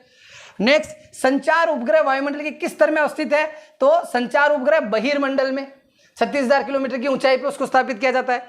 पृथ्वी की सतह से ओजोन परत की ऊंचाई लगभग 15 से 20 किलोमीटर, मतलब समताप मंडल का जो ऊपरी भाग है वो किस में आ जाता है, ओजोन परत में। वायुमंडल सबसे कम कहाँ होता है, सबसे कम होता है, मतलब वायुमंडल विरल हो जाता है। जैसे गर्मी बढ़ेगी तो उससे गैसें फैलती है, तो वायुमंडल वायुदाब सबसे कम कब रहेगा, ग्रीष्म ऋतु में, है ना, वायुदाब विरलता के कारण। सर्वाधिक ऊंचाई के बादल कौन से होते हैं, सबसे ऊंचाई के बादल होते हैं पक्षाभ स्तरीय बादल, है ना। टाइफून से सर्वाधिक प्रभावित देश चीन। टोर्नेडो की तीव्रता के मापन हेतु प्रयोग में क्या लाया जाता है, ये इतना जबरदस्त तूफान होता है अमेरिका के मध्यवर्ती भाग में, जो स्थलीय भाग में आता है, फुजिटा स्केल। टोर्नेडो तूफान की तीव्रता किसमें मापी जाती है, फुजिटा स्केल में। संयुक्त राज्य अमेरिका में किस क्षेत्र को टोर्नेडो एली कहा जाता है, टोर्नेडो एलो से सर्वाधिक प्रभावित भाग टोर्नेडो एली, मिसिसिपी का मैदान जो है सबसे प्रभावित क्षेत्र है। बैरोमीटर में पारे के तल की अचानक गिरावट, मतलब वायुदाब अचानक से गिर जाए, मतलब वायुदाब अचानक से निम्न हो गया तो मतलब तीव्र पवनें इधर आएगी, तो ये किसका संकेत होगा, तूफान का। और बैरोमीटर में क्या भरा होता है, पारा। अचानक गिरावट, नालियों से दुर्गंध आना, हवाओं का रुक जाना, ये किसके संकेत है, तूफान के। फोन एक स्थानीय पवन है, जो फोन कहाँ चलती है, स्विट्जरलैंड में। फोन कहाँ चलती है, स्विट्जरलैंड। जोंडा स्थानीय पवन है, अर्जेंटीना, जोंडा अर्जेंटीना। खमसीन स्थानीय पवन है, खमसीन मिस्र। रुधिर वर्षा कहाँ होती है, इटली में। अब रुधिर वर्षा का मतलब ये नहीं कि ब्लड आ रहा है, मतलब क्या रहता है, ऐसी बहुत सारी समुद्री प्रजातियां होती है जो पानी के रंग को बदल देती है, ठीक है। तो रुधिर वर्षा कहाँ होती है, इटली में। अब यहाँ पे ये प्रजाति और जातियों का प्रॉब्लम नहीं है, जो लाल सागर है वहाँ से नमी उठती है, प्लस उस नमी में क्या होता है, सारा मरुस्थल की जो मिट्टियाँ हैं वो भी मिल जाती है, तो वो वहाँ की वर्षा को थोड़ा सा क्या कर देती है, लालिमा रंग प्रदान कर देती है। इस कारण से इसे क्या कहा जाता है, रुधिर वर्षा। शंकुधारी वन मुख्यतः कहाँ पाए जाएंगे, शीतोष्णकटिबंधीय वनों में, क्षेत्रों में। मुलायम लकड़ी एवं लकड़ी की लुगदी का सबसे बड़ा उत्पादक निर्यातक कनाडा। लकड़ी कनाडा क्षेत्र में बहुत अच्छी मात्रा मिलती है, लकड़ी, कागज, लकड़ी की लुगदी, ठीक है, इन सब के लिए प्रथम कनाडा है। पोर्टजोल क्या है, कोणधारी वन प्रदेशों में पाई जाने वाली जो उपजाऊ मिट्टी होती है उसको क्या कहते हैं, पोर्टजोल। देखो कोणधारी वन जब पाए जाते हैं वहाँ पहले बर्फीला भाग रहता है, लगभग बहुत हाइट पे होता है, तो मिट्टियाँ नॉर्मली पाई नहीं जाती है, तो ऐसी मिट्टियाँ जो पौधों को जन्म दे दे, तो जो शीतोष्ण कटिबंधीय प्रदेशों में उपजाऊ मिट्टियाँ पाई जाती है उन्हें क्या कहते हैं, पोर्टजोल मिट्टियाँ। ये किस क्षेत्र की पहचान है, कोणधारी वन प्रदेशों की या टेगा टुंड्रा वनस्पति क्षेत्रों की। डल्ली राजहरा जो है ये किसके लिए फेमस है, लो उत्पादन के लिए। और डल्ली राजहरा किस राज्य में स्थित है बेटा, छत्तीसगढ़ में। बादाम पहाड़ कहाँ है, लो उत्पादन के लिए फेमस है, उड़ीसा में। बाबा बदुन की पहाड़ियाँ कर्नाटक, वो भी लोहे के लिए। बादाम पहाड़ उड़ीसा, ये भी लोहे के लिए। पलामू व लोहरदंगा बॉक्साइट खनिज के लिए प्रसिद्ध है। भूमध्य सागरीय क्षेत्रों में भारी वर्षा होती है शीत ऋतु में। बुशमैन जनजाति कहाँ पाई जाती है, कालाहारी मरुस्थल में। मसाई जनजाति का निवास केनिया। एनो जनजाति जापान। तुर्की काला सागर व भूमध्य सागर के मध्य स्थित है, मतलब तुर्की के एक तरफ काला सागर आ जाता है थोड़ा सा ऊपर की तरफ, और एक तरफ भूमध्य सागर आता है। अटलांटिक महासागर का सबसे गहरा स्थान प्यूर्टो रिको गर्त। हिंद महासागर का सबसे गहरा स्थान जावा ट्रेंच। देखो विश्व का सबसे गहरा मेरियाना ट्रेंच, अटलांटिक महासागर का सबसे गहरा प्यूर्टो गर्त, और हिंद महासागर का सबसे गहरा गर्त जावा। ग्रेट साल्ट झील कहाँ है, तो ग्रेट साल्ट झील अमेरिका में। समुद्र में घनत्व बढ़ता है तो ऐसे में लवणता बढ़ती है किंतु गहराई कम होती है, मतलब ऐसा कुछ नहीं है। जो कहना चाह रहा है कि देखो जो समुद्री जल है उसमें अगर लवणता बढ़ेगी तो क्या होगा, समुद्र का घनत्व बढ़ेगा। अब लवणता बढ़ी तो क्या होगा, जब उसमें लवणता बढ़ेगी तो नीचे क्या होगा, जमाव भी होगा लवणों का, तो उसकी गहराई कम होगी, सागर उथला हुआ रहेगा, ठीक है। तो जब समुद्र में लवणता बढ़ती है तो समुद्र का घनत्व बढ़ जाता है तथा उसके अंदर उथलापन आ जाता है या गहराई कम हो जाती है। ज्वार भाटा की उत्पत्ति के कारण, तो देखो ज्वार भाटा की उत्पत्ति के कारण क्या हो गया, पहला कारण सूर्य व चंद्रमा की सम्मिलित गुरुत्वाकर्षण शक्ति, पहला मुख्य कारण। फिर उसके अलावा पृथ्वी का अभिकेंद्रीय व अपकेंद्रीय बल, क्योंकि पृथ्वी घूर्णन कर रही है, ठीक है, तो वहां से उत्पन्न अभिकेंद्रीय व अपकेंद्रीय बल जो है ज्वार भाटा के मुख्य कारण है। लेकिन सबसे प्रमुख कारणों में जो सबसे ज्यादा पावर लगाता है 80% से ज्यादा, वो गुरुत्वाकर्षण है, सूर्य व चंद्रमा की सम्मिलित। बेफिन की खाड़ी कहाँ है, कनाडा एवं ग्रीनलैंड के मध्य, और इस पे अधिकार किसका है, कनाडा का। 10 डिग्री चैनल किसको अलग करता है, अंडमान को निकोबार से। 10 डिग्री हमारे अंडमान निकोबार द्वीप समूह दो भाग में, एक तरफ अंडमान वाला हिस्सा, एक तरफ निकोबार वाला हिस्सा। संसार के सबसे बड़ी पोतवाहक नहर, सबसे ज्यादा जहाज, स्वेज नहर। और देखो मैं तो देखता आ रहा हूँ पीएससी को बहुत लंबे समय से, स्वेज नहर, कील नहर, स्वेज नहर, कील नहर, पनामा नहर, ठीक है, बेरिंग जल संधि, इन चारों से एक ना एक साल वो कुछ ना कुछ घुमा के पूछ लेता है। पंचेत हिल बांध कहाँ है? पंचेत हिल, दामोदर नदी, पंचेत, जहाँ पंचायत हो रही है, दम होना चाहिए वो पंचायत करेगा। पंचेत हिल बांध, दामोदर नदी, ठीक है। विश्व का दूसरे सबसे बड़ा द्वीप, पहला ग्रीनलैंड और दूसरा न्यू गिनी। कालीमंथन किस द्वीप पर स्थित है? कालीमंथन थोड़ा सा भी चर्चा में आया था, क्यों चर्चा में आया था ये आप लोग बताइएगा। कालीमंथन कहाँ आता है? बोर्नियो द्वीप, ठीक है। डिएगो गार्सिया द्वीप, ये सामरिक रूप से बहुत महत्वपूर्ण है और अमेरिका ने इसमें क्या कर रखा है? अपना नौसैनिक हवाई अड्डा बना रखा है हिंद महासागर के पश्चिमी भाग में। तो डिएगो गार्सिया द्वीप कहाँ है? हिंद महासागर में। राजस्थान प्रशासनिक सेवाओं में प्रारंभिक परीक्षा में ये पूछा गया है, यूपीएससी में भी आया है। सर और आमू नदियां अरल सागर में गिरती है, रूस की। राइन नदी ब्रंश घाटी में बहती है। देखो जैसे अपनी नर्मदा ताप्ती, वैसे जर्मनी में राइन नदी ब्रंश घाटी में बहती है। वोल्गा नदी कैस्पियन सागर में गिरती है। किस महाद्वीप में प्रति व्यक्ति भूमि सर्वाधिक है? ऑस्ट्रेलिया। जनसंख्या कम, उसका 2/3 भाग, मतलब लगभग आबादी शून्य भाग ही है। तो सबसे आबादी प्रति व्यक्ति कहाँ में, सबसे अधिक भूमि कहाँ मिलेगी? ऑस्ट्रेलिया के अंदर मिलेगी। आप मेरे साथ पढ़ रहे हैं रामबाण ब्रह्मास्त्र बैच में, और यहाँ पे आप देख रहे हैं रामबाण ब्रह्मास्त्र यूनिट वाइज। आपको अभी तक प्ले लिस्ट में जाकर पुराने आपने रामबाण ब्रह्मास्त्र नहीं देखे बेटा, तो सबके ब्रह्मास्त्र रामबाण देखने हैं। कम समय में ये आपका रिवीजन कराने वाला सबसे बेस्ट सोर्स है, ट्रस्टेड कंटेंट है। ऐसा नहीं है कि कहीं से भी फैक्ट निकाल के आप लोगों को पढ़ा दिया गया, ऐसा करना होता तो कोई बहुत बड़ी मेहनत नहीं है। तथ्य बहुत सारे मिलते हैं, हर जगह मिलता है, लेकिन चयनित तथ्य आप लोगों के सामने हर वर्ष लाते हैं, ठीक है। और ये 6वां साल है जब मैं रामायण ब्रह्मास्त्र सीरीज पीएससी के लिए लेके आ रहा हूँ। आप उसकी प्ले लिस्ट सारे देख सकते हैं, यूट्यूब चैनल पे आपको सब मिल जाएगा, ठीक है बेटा। इसके साथ ही अगर आप एमपीपीएससी प्री को पूरी तरह सिक्योर करना चाहते हैं, आपके मन में किसी प्रकार का डर अभी भी है, और है मुझे पता है, तो बेटा टेस्ट सीरीज लेने से, इन्वेस्टमेंट से नहीं सूखना है। आपको टेस्ट सीरीज लेनी है और लगानी है जीएलसी आईएएस की ही लगानी है, क्योंकि वो बनाई है गुरुजी ने और गुरुजी की पूरी टीम ने, और उसमें क्वेश्चनों का स्तर आपके एमपीपीएससी के स्तर के पास रखा गया है। किसी भी प्रश्न में आपको कोई गलती लगती, मानवीय भूलें संभव है, तो आप उनको क्या करेंगे, तत्काल से रिपोर्ट करें।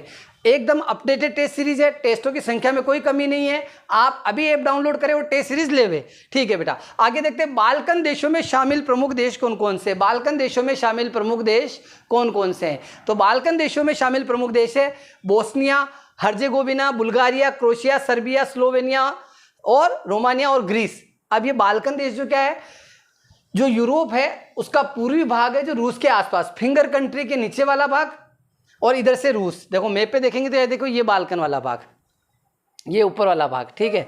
और ये इसके ऊपर वाला पार्ट है वो नीचे बनाया है विजय सर ने, ये देखिए आप, ये इधर वाला भाग, ठीक है।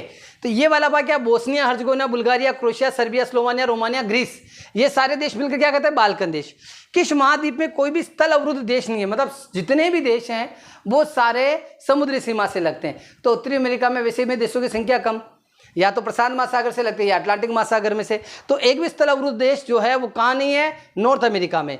मैगीनोट रेखा किसको अलग करती, तो मैगीनोट रेखा किसको अलग करती, फ्रांस व जर्मनी को। मैगीनोट, फ्रांस, जर्मनी, नोट किसने बांध लिए हैं, फ्रांस और जर्मनी ने, ठीक है। और किसके लिए बांधे नोट, मैगी के लिए। तो मैगी कौन मिलके खा रहा, फ्रांस और जर्मनी, और उसके लिए नोट खर्च कर रहे हैं। तो मैगी नोट, फ्रांस, जर्मनी, याद रखिएगा। हिडनबर्ग रेखा, बेल्जियम व जर्मनी। हिडनबर्ग और बर्गर किसके साथ खा रहा है, जर्मनी बेल्जियम के साथ। मैगी किसके साथ खा रहा है, फ्रांस के साथ। बर्गर किसके साथ, बेल्जियम के साथ। रियो ग्रैंड नदी जो है वह मैक्सिको व अमेरिका की सीमा बनाती है। अभी मैंने पढ़ाया है कि कौन सा मरुस्थल जो है मैक्सिको व अमेरिका की सीमा बनाता है, कमेंट बॉक्स में फटाफट से बता दूं। और नदी में इन दोनों की सीमा रियो ग्रैंड नदी। यूरोप की तेल राजधानी किसे कहा जाता है, तो वहां की ऑयल कैपिटल कहा जाता है एवर्डीन को। पर्ल ऑफ साइबेरिया किसे कहते हैं, बेकाल झील को। Pearl of Siberia, Baikal. पश्चिम का द्वार किसे कहते हैं, पश्चिम का द्वार इस्तांबुल को कहते हैं, क्योंकि यूरोप से यहाँ आने के लिए कुस्तुनतुनिया राज्य का मुख्य भाग उस समय में, वर्तमान में इस्तांबुल क्षेत्र। डोनेट्स्क कोयला क्षेत्र कहाँ आता है, डोनेट्स्क कोयला क्षेत्र यूक्रेन का बड़ा सामरिक क्षेत्र है, जिसपे रूस अभी कब्जे के लिए आतुर हो रहा है। लंकाशायर कोयला क्षेत्र, तो देखो लंकाशायर, वर्कशायर, ये काउंटी है। जैसे हमारे यहाँ राज्य बोलते हैं, जैसे यूके, यूनाइटेड किंगडम में उसको क्या बोला जाता है, काउंटी। लंकाशायर काउंटी पूरी कोयले के लिए फेमस है यूके में। रूर बेसिन प्रदेश, औद्योगिक क्षेत्र कहाँ है, जर्मनी में। एमपीपीएससी पूछ चुका है इसमें से। रूर बेसिन प्रदेश जर्मनी का प्रमुख औद्योगिक क्षेत्र है। फ्रांस का लोरेंस क्षेत्र लो इस्पात उद्योग के लिए फेमस है, ये भी एमपीपीएससी पूछ चुका है। लोरेंस क्षेत्र प्रसिद्ध है लो इस्पात के लिए, किस देश का? फ्रांस का। मिडलैंड लो एस्क क्षेत्र यूके, किरुना लो एस्क क्षेत्र स्वीडन। चांदी का सबसे बड़ा उत्पादक मेक्सिको, याद रखना चांदी का सबसे बड़ा उत्पादक देश कौन सा है बेटा? मेक्सिको। चांदी का सबसे बड़ा उत्पादक मेक्सिको। एक बार इसका रिवीजन कर लो। यूरोप की तेल राजधानी एवर्डीन, पर्ल ऑफ साइबेरिया, बेकाल झील, कुलगार्डी व कुलगार्गी सोने की खाने कहाँ है? तो कुलगार्डी व कुलगार्गी सोने की खाने जो है ऑस्ट्रेलिया में है। कहाँ है ये? ऑस्ट्रेलिया। ये भी बहुत सारी परीक्षा में पूछा जा चुका है। जोहानसबर्ग अफ्रीका जो है, दक्षिणी अफ्रीका, स्वर्ण खानों के लिए फेमस है। किस खनिज से रेडियम प्राप्त किया जाता है? Pitch blend. ठीक है, देखो पिच ब्लेंड जो है उससे यूरेनियम प्राप्त किया जाता है। पिच ब्लेंड से क्या प्राप्त किया जाता है? यूरेनियम। यूरेनियम का एस्क क्या है? Pitch blend. यूरेनियम है यहाँ पे। विश्व का सबसे बड़ा प्रमाणित तेल भंडार किस देश में है? तो विश्व का सबसे बड़ा प्रमाणित तेल भंडार वेनेजुएला में। अलोह धातु कौन सी है? अलोह धातु जिसमें लोह अंश नहीं होता है, निकल, जस्ता, तांबा, एल्यूमिनियम। निकल, जस्ता, तांबा, एल्यूमिनियम। बाकू क्षेत्र किसके लिए प्रसिद्ध है? तो बाकू क्षेत्र पेट्रोलियम के प्रसिद्ध है। मेसाबी रेंज जो यूएसए में है, ये किसके लिए जानी जाती है? लो एस्क के लिए। डोनवास बेसिन कोयले के लिए। ग्वादर बंदरगाह कहाँ स्थित है? ग्वादर बंदरगाह पाकिस्तान में। और क्यों ग्वादर बंदरगाह के लिए दिक्कत क्यों हो रही है? क्योंकि चीन ने इसका डेवलपमेंट किया है। ग्वादर बंदरगाह एक बार वो चेक कर लीजिएगा। पोर्ट डायमंड स्थित है दक्षिणी अफ्रीका, मतलब इसके बारे में रीडिंग कर लीजिएगा। पोर्ट डायमंड दक्षिणी अफ्रीका। वेनेजुएला में किसे तेल पतन के रूप में विकसित किया जा रहा है? तो मार्केबो। मार्केबो बंदरगाह वेनेजुएला किसके लिए? तेल पतन के रूप में। आइसोबात रेखाएं दिखाती। अब देखो इन रेखाओं से संबंधित प्रश्न भी आपके एग्जाम में आता है। ठीक है, अभी पिछले 1, 2, 3 साल से नहीं पूछा, हो सकता है इस साल ट्रेंड करे और पूछे, इसीलिए इन प्रश्नों को यह शामिल कराएगा। आइसोबात रेखाएं समान गहराई को, बात नाने के लिए गहराई में ध्यान। आइसोबात रेखाएं समान गहराई। समान वर्षा वाले स्थानों को समान वर्षा आइसोहाइट। बरमूडा त्रिकोण स्थित है उत्तरी अटलांटिक महासागर में। रेड बेसिन कहाँ स्थित है? चीन में। बची हुई रेखाएं मैंने आगे और ले रखी है। रेड बेसिन चीन, वही लोयस का मैदान, रेड बेसिन चीन। चेरनोबिल परमाणु आपदा कहाँ घटित हुई थी? चेरनोबिल घटना यूक्रेन में। जैसे हमारा भोपाल गैस त्रासदी हुआ था, वैसे ही बहुत बड़ी घटना है। पूरा जो चेरनोबिल क्षेत्र है वो पूरा नगर आज भी तबाह है। अंतर्राष्ट्रीय न्यायालय का मुख्यालय कहाँ है? Hague, Netherlands. विश्व में पहला परमाणु बिजली घर कहाँ स्थापित हुआ था? अमेरिका में। न्यू इंग्लैंड औद्योगिक क्षेत्र, अब देखिए यहाँ पे नाम क्या है? न्यू इंग्लैंड है कहाँ? अमेरिका। फुटलूज उद्योग एक उदाहरण है। फुटलूज उद्योग सॉफ्टवेयर का उदाहरण है। फिलाडेल्फिया किसके लिए फेमस है? तो फिलाडेल्फिया यूएसए पोत निर्माण के लिए प्रसिद्ध है। भारत का सुदूर दक्षिणी बिंदु कहाँ है? इंदिरा पॉइंट। लोकेशन निकोबार। भारतीय उपमहाद्वीप मूलतः एक विशाल भूखंड का भाग था, जिसे क्या कहते हैं? तो भारतीय उपमहाद्वीप गोंडवाना लैंड का भाग था। 2 भाग थे, अंगारा लैंड या लोरेशिया जिसे उत्तर में था, दक्षिण वाला भाग गोंडवाना लैंड। भारत उसी का हिस्सा है। दक्कन ट्रेप की उत्पत्ति कब हुई? तो क्रिटेशियस काल के अंतिम चरणों में। प्री कैम्ब्रियन ईरा में पूरा पेंजिया साथ में था। फिर क्या हुआ? क्रिटेशियस काल में दक्कन ट्रेप जो है, ज्वालामुखी उद्गार हुए आज से लगभग 10 से 20 करोड़ साल पहले, और दक्कन ट्रेप की उत्पत्ति हुई। शिवालिक श्रेणी का निर्माण कब हुआ? ये एग्जाम में क्वेश्चन आते हैं बेटा, देख लेना पेपर पुराने, है ना। शिवालिक श्रेणी का निर्माण हुआ सेनोजोइक काल में। कब? सेनोजोइक। भारतीय प्रायद्वीप की सबसे ऊंची चोटी अनाईमुडी। क्वेश्चन थोड़ा चेंज करके एग्जाम में ले लिया गया। दक्षिणी भारत नहीं पूछ के उसने बोला प्रायद्वीप, बात वही है अनाईमुडी। भारत की सबसे पुरानी पर्वत श्रृंखला, अब ये बोल सबसे प्राचीन अरावली। कार्डमम की पहाड़ियाँ केरल व तमिलनाडु की सीमा पे आती। कार्डमम का मतलब इलायची, इलायची पहाड़, कार्डमम की पहाड़ियाँ केरल तमिलनाडु। नल्लामलाई की पहाड़ियाँ आंध्र प्रदेश।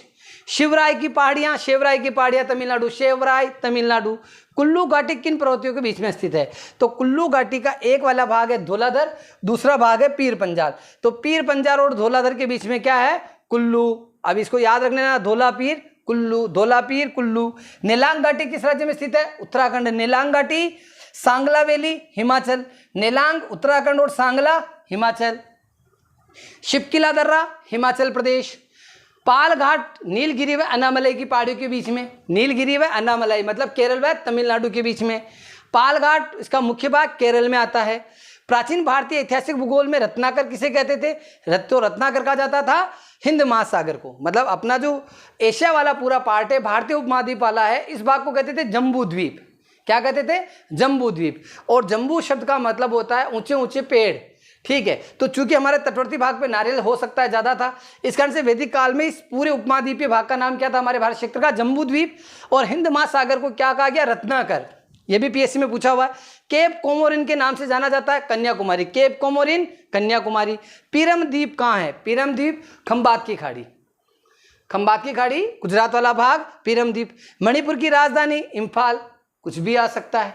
यहाँ इस प्रश्न को रखने का उद्देश्य ये है कि जो अभी पूर्वोत्तर राज्य हैं उन राज्यों की राजधानियां और अभी जो नए नए सीएम नियुक्त हुए हैं उनके नाम थोड़े से आप एक बार देख लो। थारू जनजाति का निवास कहाँ है? तो थारू जनजाति का मुख्य निवास उत्तराखंड की पहाड़ी जनजाति, कुछ मात्रा में यूपी में भी है क्योंकि पहले दोनों साथ में थे। थारू जनजाति का अभी वर्तमान में मुख्य निवास उत्तराखंड। गद्दीस जनजाति हिमाचल प्रदेश। कौन सी जनजाति दीपावली को शोक के रूप में मनाती है? तो ये उत्तराखंड की थारू जनजाति जो है वो दीपावली के पर्व को शोक के रूप में मनाती है। बोडो जनजाति कहाँ पाई जाती है? गारो पहाड़ियों पर। अब ये क्वेश्चन बहुत बढ़िया है। बोडो जनजाति पहाड़ी का ही सीधा नाम पूछ लिया तो बोडो जनजाति गारो पहाड़ी पर। गोवा में बोली जाने वाली भाषा कोंकणी, गोवा क्षेत्र की भाषा कौन सी है? कोंकणी। अब ये राजभाषा अधिनियम जो है वो बाद में पढ़ाऊंगा। लेप्चा जनजाति सिक्किम। यमुना नदी का उद्गम स्थल कहाँ है? आप लोग मेरे साथ क्या पढ़ रहे हैं? रामायण ब्रह्मास्त्र। 3 काम पुराना रिवीजन करो, रामायण ब्रह्मास्त्र बराबर से पढ़ो और टेस्ट सीरीज लगाओ। ऐप पे जाके टेस्ट सीरीज बेटा लगानी है, परचेज करनी है, वो अनिवार्य है, आवश्यक है, अपनी सफलता के लिए एक माइलस्टोन का काम करेगी। आगे हो वही जो राम रचि राखा बेटा, मैं मार्गदर्शन कर सकता हूं, बार बार बोल सकता हूं, इच्छा आपकी है, जरूरी है, ठीक है। आगे बढ़ते हैं। यमुना नदी का उद्गम होता है बंदरपूछ से, कहाँ? उत्तराखंड। वर्षा की मात्रा निर्भर करती है वायुमंडल में उपस्थित नमी पर। अगर नमी खूब ज्यादा है तो धूम धड़ाम बारिश होगी और नमी की मात्रा कम है तो बारिश कम होगी। तो वर्षा की मात्रा निर्भर करती है वायुमंडल में नमी पर। भारत में सुनामी वार्निंग सेंटर कहाँ स्थापित किया गया है? तो भारत में सुनामी वार्निंग सेंटर हैदराबाद में स्थापित किया गया है। बन्नी चरागाह क्षेत्र कहाँ है? तो भानु बेटा बन्नी चरागाह क्षेत्र गुजरात में आता है, बन्नी गुजरात। कोरापुट उड़ीसा में स्थित है, किसके लिए फेमस? बॉक्साइट के लिए। चित्रदुर्ग कर्नाटक मैग्नीज के लिए। तलचर उड़ीसा कोयले के लिए। करणपुरा राजस्थान कोयले के लिए। देखो राजस्थान में तेल के कुएं हैं, उनके नाम कैसे? ऐश्वर्या, मंगला। यहाँ से भी पीएससी में कुछ पूछते हैं ऐश्वर्या मंगला क्या है? तो थार के डेजर्ट में, बीकानेर बाड़मेर क्षेत्र में, जैसलमेर क्षेत्र में जो तेल के कुएं हैं उनके नाम ऐश्वर्या मंगला रखे गए हैं। करणपुरा राजस्थान कोयले के लिए फेमस। तातीपाका तेल शोधनशाला, तातीपाका आंध्र प्रदेश। और आंध्र प्रदेश में क्या है? देखो आंध्र प्रदेश के अंदर तंबाकू की खेती, आंध्र प्रदेश में मिर्च का उत्पादन, तो तंबाकू और मिर्च के उत्पादन में प्रथम आंध्र प्रदेश। तातीपाका तेल आंध्र प्रदेश। बेलारी कर्नाटक में स्थित लो अयस्क क्षेत्र। कोडरमा की खाने अभ्रक के लिए फेमस, झारखंड। गिरिडीह की खाने कोयला, झारखंड। बेटा ये सारे क्वेश्चन एग्जाम में आ चुके हैं। Ramagundam super thermal power plant कहाँ है? आंध्र प्रदेश। ये अभी पूछा नहीं है, समझ रहे हो ना? तापीय शक्ति क्षमताओं के अनुसार महाराष्ट्र का स्थान प्रथम है। तापीय शक्ति क्षमता के अनुसार महाराष्ट्र का स्थान प्रथम। केगा नाभिकीय संयंत्र कहाँ है? केगा नाभिकीय संयंत्र कर्नाटक। केगा नाभिकीय संयंत्र कर्नाटक। जवारीय ऊर्जा उत्पादन का प्रमुख क्षेत्र है, जवारीय ऊर्जा उत्पादन का प्रमुख क्षेत्र खंबात की खाड़ी। स्टेनलेस स्टील बनाने के लिए क्या प्रयोग किया जाता है? तो स्टेनलेस स्टील के लिए क्रोमियम व निकल का मिश्र धातु विस्तार से आप मेरे साथ यूनिट में, विज्ञान की जो यूनिट है उसमें आप बहुत अच्छे से पढ़ेंगे, ठीक है। और अभी तक टेस्ट सीरीज बेटा नहीं ली है, मत बचाओ ये पैसे, टेस्ट सीरीज लगा लो, अभ्यास हो जाएगा, जो होगा जो देखा जाएगा, लेकिन मेहनत पूरी करो। इसके साथ टेस्ट सीरीज को मिला के पढ़ो, जीवन बन जाएगा। बार बार आग्रह इसलिए कर रहा हूं क्योंकि तुम्हारी चिंता है, इसीलिए इतनी मेहनत भी कर रहा हूं, ये वास्तविकता है। भारत की सबसे बड़ी मशीनीकृत खान है। मशीनीकृत खान मतलब कहने का तात्पर्य कि मशीनों का प्रयोग बहुत ज़्यादा होता है। तो बेलाडीला की खाने, अब कमेंट में बता दो बेलाडीला की खाने कहाँ है और क्या फेमस है, पढ़ा दिया मैंने। कागज उद्योग के लिए कौन सी जगह फेमस है? टीटागढ़ पश्चिमी Bengal. Integral coach factory Perambur. Tuticorin बंदरगाह तमिलनाडु, 3 बंदरगाह स्थित है मुख्य। सिरोही राष्ट्रीय उद्यान मणिपुर। सिरोही जिला माउंट आबू वाला भाग राजस्थान में। सिरोही राष्ट्रीय उद्यान मणिपुर। जैसे एक क्वेश्चन आता है, एलिफेंटा की गुफाएं मुंबई से थोड़ा सा आगे महाराष्ट्र में। एलिफेंटा दर्रा श्रीलंका का प्रमुख दर्रा। कैंडी वाला जो पूरा एरिया जाफना प्रायद्वीप और शेष श्रीलंका को जोड़ता है, ठीक है। अब एलिफेंटा से एक और चीज़ और भी है जो मुझे याद नहीं आ रही अभी। इंटांकी राष्ट्रीय उद्यान कहाँ है? इंटांकी राष्ट्रीय उद्यान नागालैंड, इंटांकी राष्ट्रीय उद्यान नागालैंड, जहां की जनगणना नकारात्मक रही है, जनसंख्या वृद्धि। कांजली आर्द्रभूमि स्थल पंजाब, कांजली आर्द्रभूमि स्थल पंजाब। समुद्र राष्ट्रीय पार्क अवस्थित है कच्छ की खाड़ी में, समुद्री राष्ट्रीय पार्क कच्छ की खाड़ी गुजरात। सागरीय राष्ट्रीय उद्यान मन्नार की खाड़ी। ग्रीन वॉश से तात्पर्य है पर्यावरण संरक्षण का झूठा वादा। ग्रीन वॉश जैसे बोलती है ना, पर्यावरण के प्रति अवेयरनेस तो सरकार खूब दिखा रही है, कर कुछ नहीं रहे, ये झूठा वादा। तो ग्रीन वॉश, पर्यावरण को ठीक करेंगे लेकिन वॉश कर दिया, नहीं किया तो पर्यावरण संरक्षण का झूठा वादा। और पर्यावरण संरक्षण अधिनियम कब आया? जल्दी से कमेंट में लिख दो 1986। अब लिखोगे क्या, जब बता ही दिया है, रहने दो। Salt lake city Kolkata. भूगोल के जन्मदाता हिकेटियस, भूगोल के जन्मदाता हिकेटियस। अब ये थोड़ा सा वो पार्ट आ गया आपका यहीं से 741 से, जो प्रश्न आसपास की एसएससी, आरएएस उन जगहों से क्वेश्चन बार बार पूछे गए, एमपीपीएससी जहां सभी एग्जामों में बार बार पूछे गए, वो सारे प्रश्न अब शुरू हो रहे हैं। भूगोल के जन्मदाता हिकेटियस। किसे भौतिक भूगोल का जनक कहा जाता है? पोलिडोनियस मेला, पोलिडोनियस मेला। विश्व मानचित्र का निर्माण सर्वप्रथम अनेक्सिमेंडर। क्षेत्रफल की दृष्टि से भारत का सबसे छोटा संघ शासित प्रदेश लक्षद्वीप। किस देश के साथ भारत की सबसे लंबी अंतर्राष्ट्रीय सीमा? बांग्लादेश के साथ। भारत में बहने वाली किस नदी को तिब्बत में सांगपो कहते हैं? ब्रह्मपुत्र। मेगलन जल डमरू मध्य कहाँ स्थित है? तो प्रशांत महासागर एवं दक्षिणी अटलांटिक महासागर। मेगलन प्रशांत महासागर, दक्षिणी अटलांटिक महासागर। अरावली और विंध्य के बीच कौन सा पठार है? तो मालवा के पठार के इधर विंध्यन और उधर पश्चिम में आपका अरावली। किस बंदरगाह को बंटवारे का पुत्र कहा जाता है? देखो मैं 4 बार बता चुका इसी के लिए यूनिट में, कांडला बंदरगाह को, क्योंकि जब कराची बंदरगाह और तट मकरान तट पूरा पाकिस्तान के साथ चला गया, पाकिस्तान का तटवर्ती भाग क्या कहता था? मकरान तट। तो हमारे यहाँ पश्चिम में तटों में थोड़ा सा दिक्कत आई, तो हमने कांडला बंदरगाह तत्काल से डेवलप कर लिया। ये भारत है। मिट्टियों के अध्ययन को क्या कहा जाता है? पेडोलॉजी। प्रशांत महासागर को हिंद महासागर से जोड़ता है तो मलक्का जल संधि, मतलब इन दोनों की कनेक्टिविटी कहाँ से मानी जाती है? मलक्का जल संधि। जैसे दक्षिणी चीन सागर है, जापान सागर है, ये प्रशांत महासागर के हिस्से हैं। एकमात्र राज्य जो मूंगा रेशम का उत्पादन करता है। देखो रेशम के उत्पादन में अग्रणी राज्य कर्नाटक, रेशम के उत्पादन में अग्रणी राज्य कर्नाटक। राजस्थान प्रशासनिक सेवाओं में क्वेश्चन पूछा गया है, मूंगा रेशम के उत्पादन में अग्रणी कौन सा राज्य है? तो असम। एटलस पर्वत श्रृंखला किस महाद्वीप में है? अफ्रीका महाद्वीप। अल्पेशियन पर्वतमाला, अल्पेशियन ये थोड़ा प्रिस्प्रिंट हो गया, अल्पेशियन नहीं अपलेशियन है। अपलेशियन पर्वतमाला किस महाद्वीप में है? अपलेशियन उत्तरी अमेरिका। उत्तरी अमेरिका महाद्वीप में सिलिकॉन वैली किसे कहते हैं? California. City of golden gate San Francisco, city of golden gate San Francisco. ये वही सैन फ्रांसिस्को जहां 1913 में क्या हुआ था? लाला हरदयाल और सोन सिंह जी भाका ने गदर पार्टी की स्थापना की थी, ये अमेरिका वाला सैन फ्रांसिस्को। स्टेनली जलप्रपात जायरे नदी पर, जायरे नदी अफ्रीका में। लंदन किस नदी के किनारे? टेम्स नदी के किनारे। अभी ये क्वेश्चन उत्तराखंड के किसी एग्जाम में आया था। पृथ्वी पर सर्वाधिक वायुदाब पाया जाता है तो जहां ताप कम होगा वहां पे दाब ज्यादा होगा, ध्रुवों पर। अंग्रेजी के एस आकार वाला महासागर आपका अटलांटिक महासागर, जो ये आपका अटलांटिक महासागर है एस आकार का। और अंग्रेजी के एम आकार वाला तो अपना जो भारत है उस एम का हिस्सा बनाता है। क्या बनाता है? अब ये तो बना के बताऊंगा बेटा, देखो थोड़ा टाइम तो लगेगा, 2 मिनट, इतना भी नहीं लूंगा। ये अपना भारत वाला भाग, ये इधर अफ्रीका वाला भाग, ये इधर एशिया का बचा हुआ भाग। तो एम शेप किसका बनता है? आपका हिंद महासागर का। लेक किलर किसे कहा जाता है? अम्ल वर्षा को। अब ये कोई भारी बात नहीं है, अम्ल वर्षा आएगी वो लेक के पानी में गिरेगी, झील में गिरेगी, पर अंग्रेजी में लिखा है ना, हिंदी मीडियम वाले बच्चों को दिक्कत आ जाएगी। लेक किलर याद ही नहीं हो, समझ में नहीं आया तो झीलें खराब हो जाती है। तो लेक किलर किसे कहा जाता है? अम्ल वर्षा को। अम्ल वर्षा से सर्वाधिक प्रभावित देश नार्वे। और पहली बार अम्ल वर्षा को कहाँ चिन्हित किया गया था? कहाँ किया गया था भानु? स्विट्जरलैंड में। कहाँ? स्विट्जरलैंड में, स्वीडन। मेरे को जहां तक ध्यान है स्विट्जरलैंड है, एक बार कंफर्म कर लीजिएगा आप लोग, और स्वीडन है कि स्विट्जरलैंड है। भाई सर्वाधिक अम्ल वर्षा जो होती है वो कहाँ होती है? नार्वे। हरित गृह प्रभाव, संसार में वनों की समाप्ति।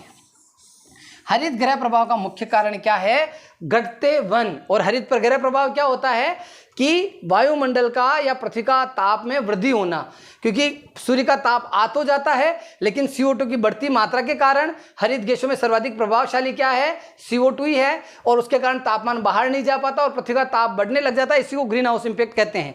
भारत की तटीय सीमा की कुल लंबाई 7516.5 किलोमीटर। कभी कभी डेटा से PSC क्वेश्चन पूछता है। भारत के मानक समय और ग्रीनविच समय में अंतर है 5.5 घंटे, हमारा समय उनसे आगे। भारत में समुद्र तट वाले राज्यों की संख्या 9।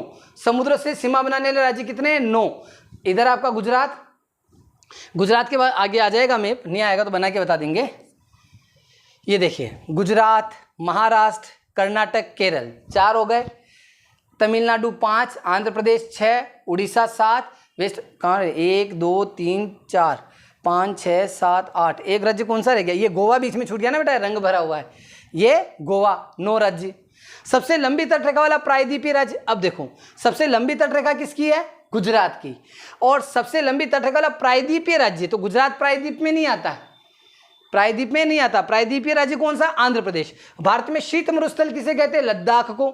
न्यू मूर द्वीप विवाद भारत और बांग्लादेश के बीच में गंगा नदी के अवसादों के द्वारा निर्मित। ठीक है, बांग्लादेश कहता है कि हमारे यहाँ से गई मिट्टियाँ साहब, भारत कहता है कि साहब गंगा जहाँ कहाँ से रही पहले ये तो विचार करो, और भारत की सीमा से लग रहा है, और सच में भारत का है वो। भारत का ये राज्य 3 ओर से बांग्लादेश से घिरा है, त्रिपुरा। स्वतंत्रता से पहले कौन सा भारतीय क्षेत्र काला पानी के नाम से जाना जाता था?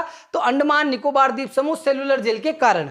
भारत का कौन सा राज्य चीन, नेपाल और भूटान, ये मैंने आपको बताया था, चीन, नेपाल, भूटान तीनों से लगने वाला आपका ये भाग सिक्किम। दक्कन पठार का सबसे बड़ा जल प्रवाह तंत्र किसका है? गोदावरी नदी का। विषुवत रेखा के निकट पाए जाने वाले वनों को क्या कहते हैं? उष्णकटिबंधीय वर्षा वन। 4 o'clock रेन जोन, 4 बजे वाली वर्षा का क्षेत्र भूमध्य रेखीय या इक्वेटर जोन को। एशिया का सबसे बड़ा मरुस्थल, अब एशिया का सबसे, विश्व का सबसे बड़ा सहारा। एशिया का सबसे बड़ा गोबी मरुस्थल मंगोलिया चीन वाला, गोबी मरुस्थल का विस्तार मंगोलिया चीन। विश्व में सर्वाधिक जनसंख्या और जनघनत्व वाला मरुस्थल थार मरुस्थल। कौन सा देश कच्चे तेल का सबसे बड़ा भंडारक है? वेनेजुएला। किस प्रकार की चट्टानों में कोयला पाया जाता है? अवसादी चट्टानों में। किस खनिज से नमक का उत्पादन होता है? हेलाइड। ये नया क्वेश्चन क्या है बेटा? नमक जिस रो से प्राप्त किया जाता है, जिस कच्चे भाग से प्राप्त किया जाता है, अयस्क मान लो एक तरह से, ऐसा अयस्क नहीं बोल सकते उसको, तो वो क्या कहलाएगा? हेलाइड खनिज से। हेलेना धूमकेतु का परिक्रमण काल, तो प्रत्येक 76 साल में। बेसाल्ट आग्नेय चट्टानों में किस तत्व की मात्रा अधिक होती है? तो बेसाल्ट आग्नेय चट्टानों में लोह तत्व की अधिकता होती है, इसलिए काली मिट्टियों में भी किसकी अधिकता होगी? लोहे की। सिस्मोलॉजी में किसका अध्ययन किया जाता है? भूकंपों का अध्ययन। सिजगी क्या है? ये एक और इंपॉर्टेंट फैक्ट देखो, सिजगी पढ़ो एक बार फिर मैं समझाता हूं।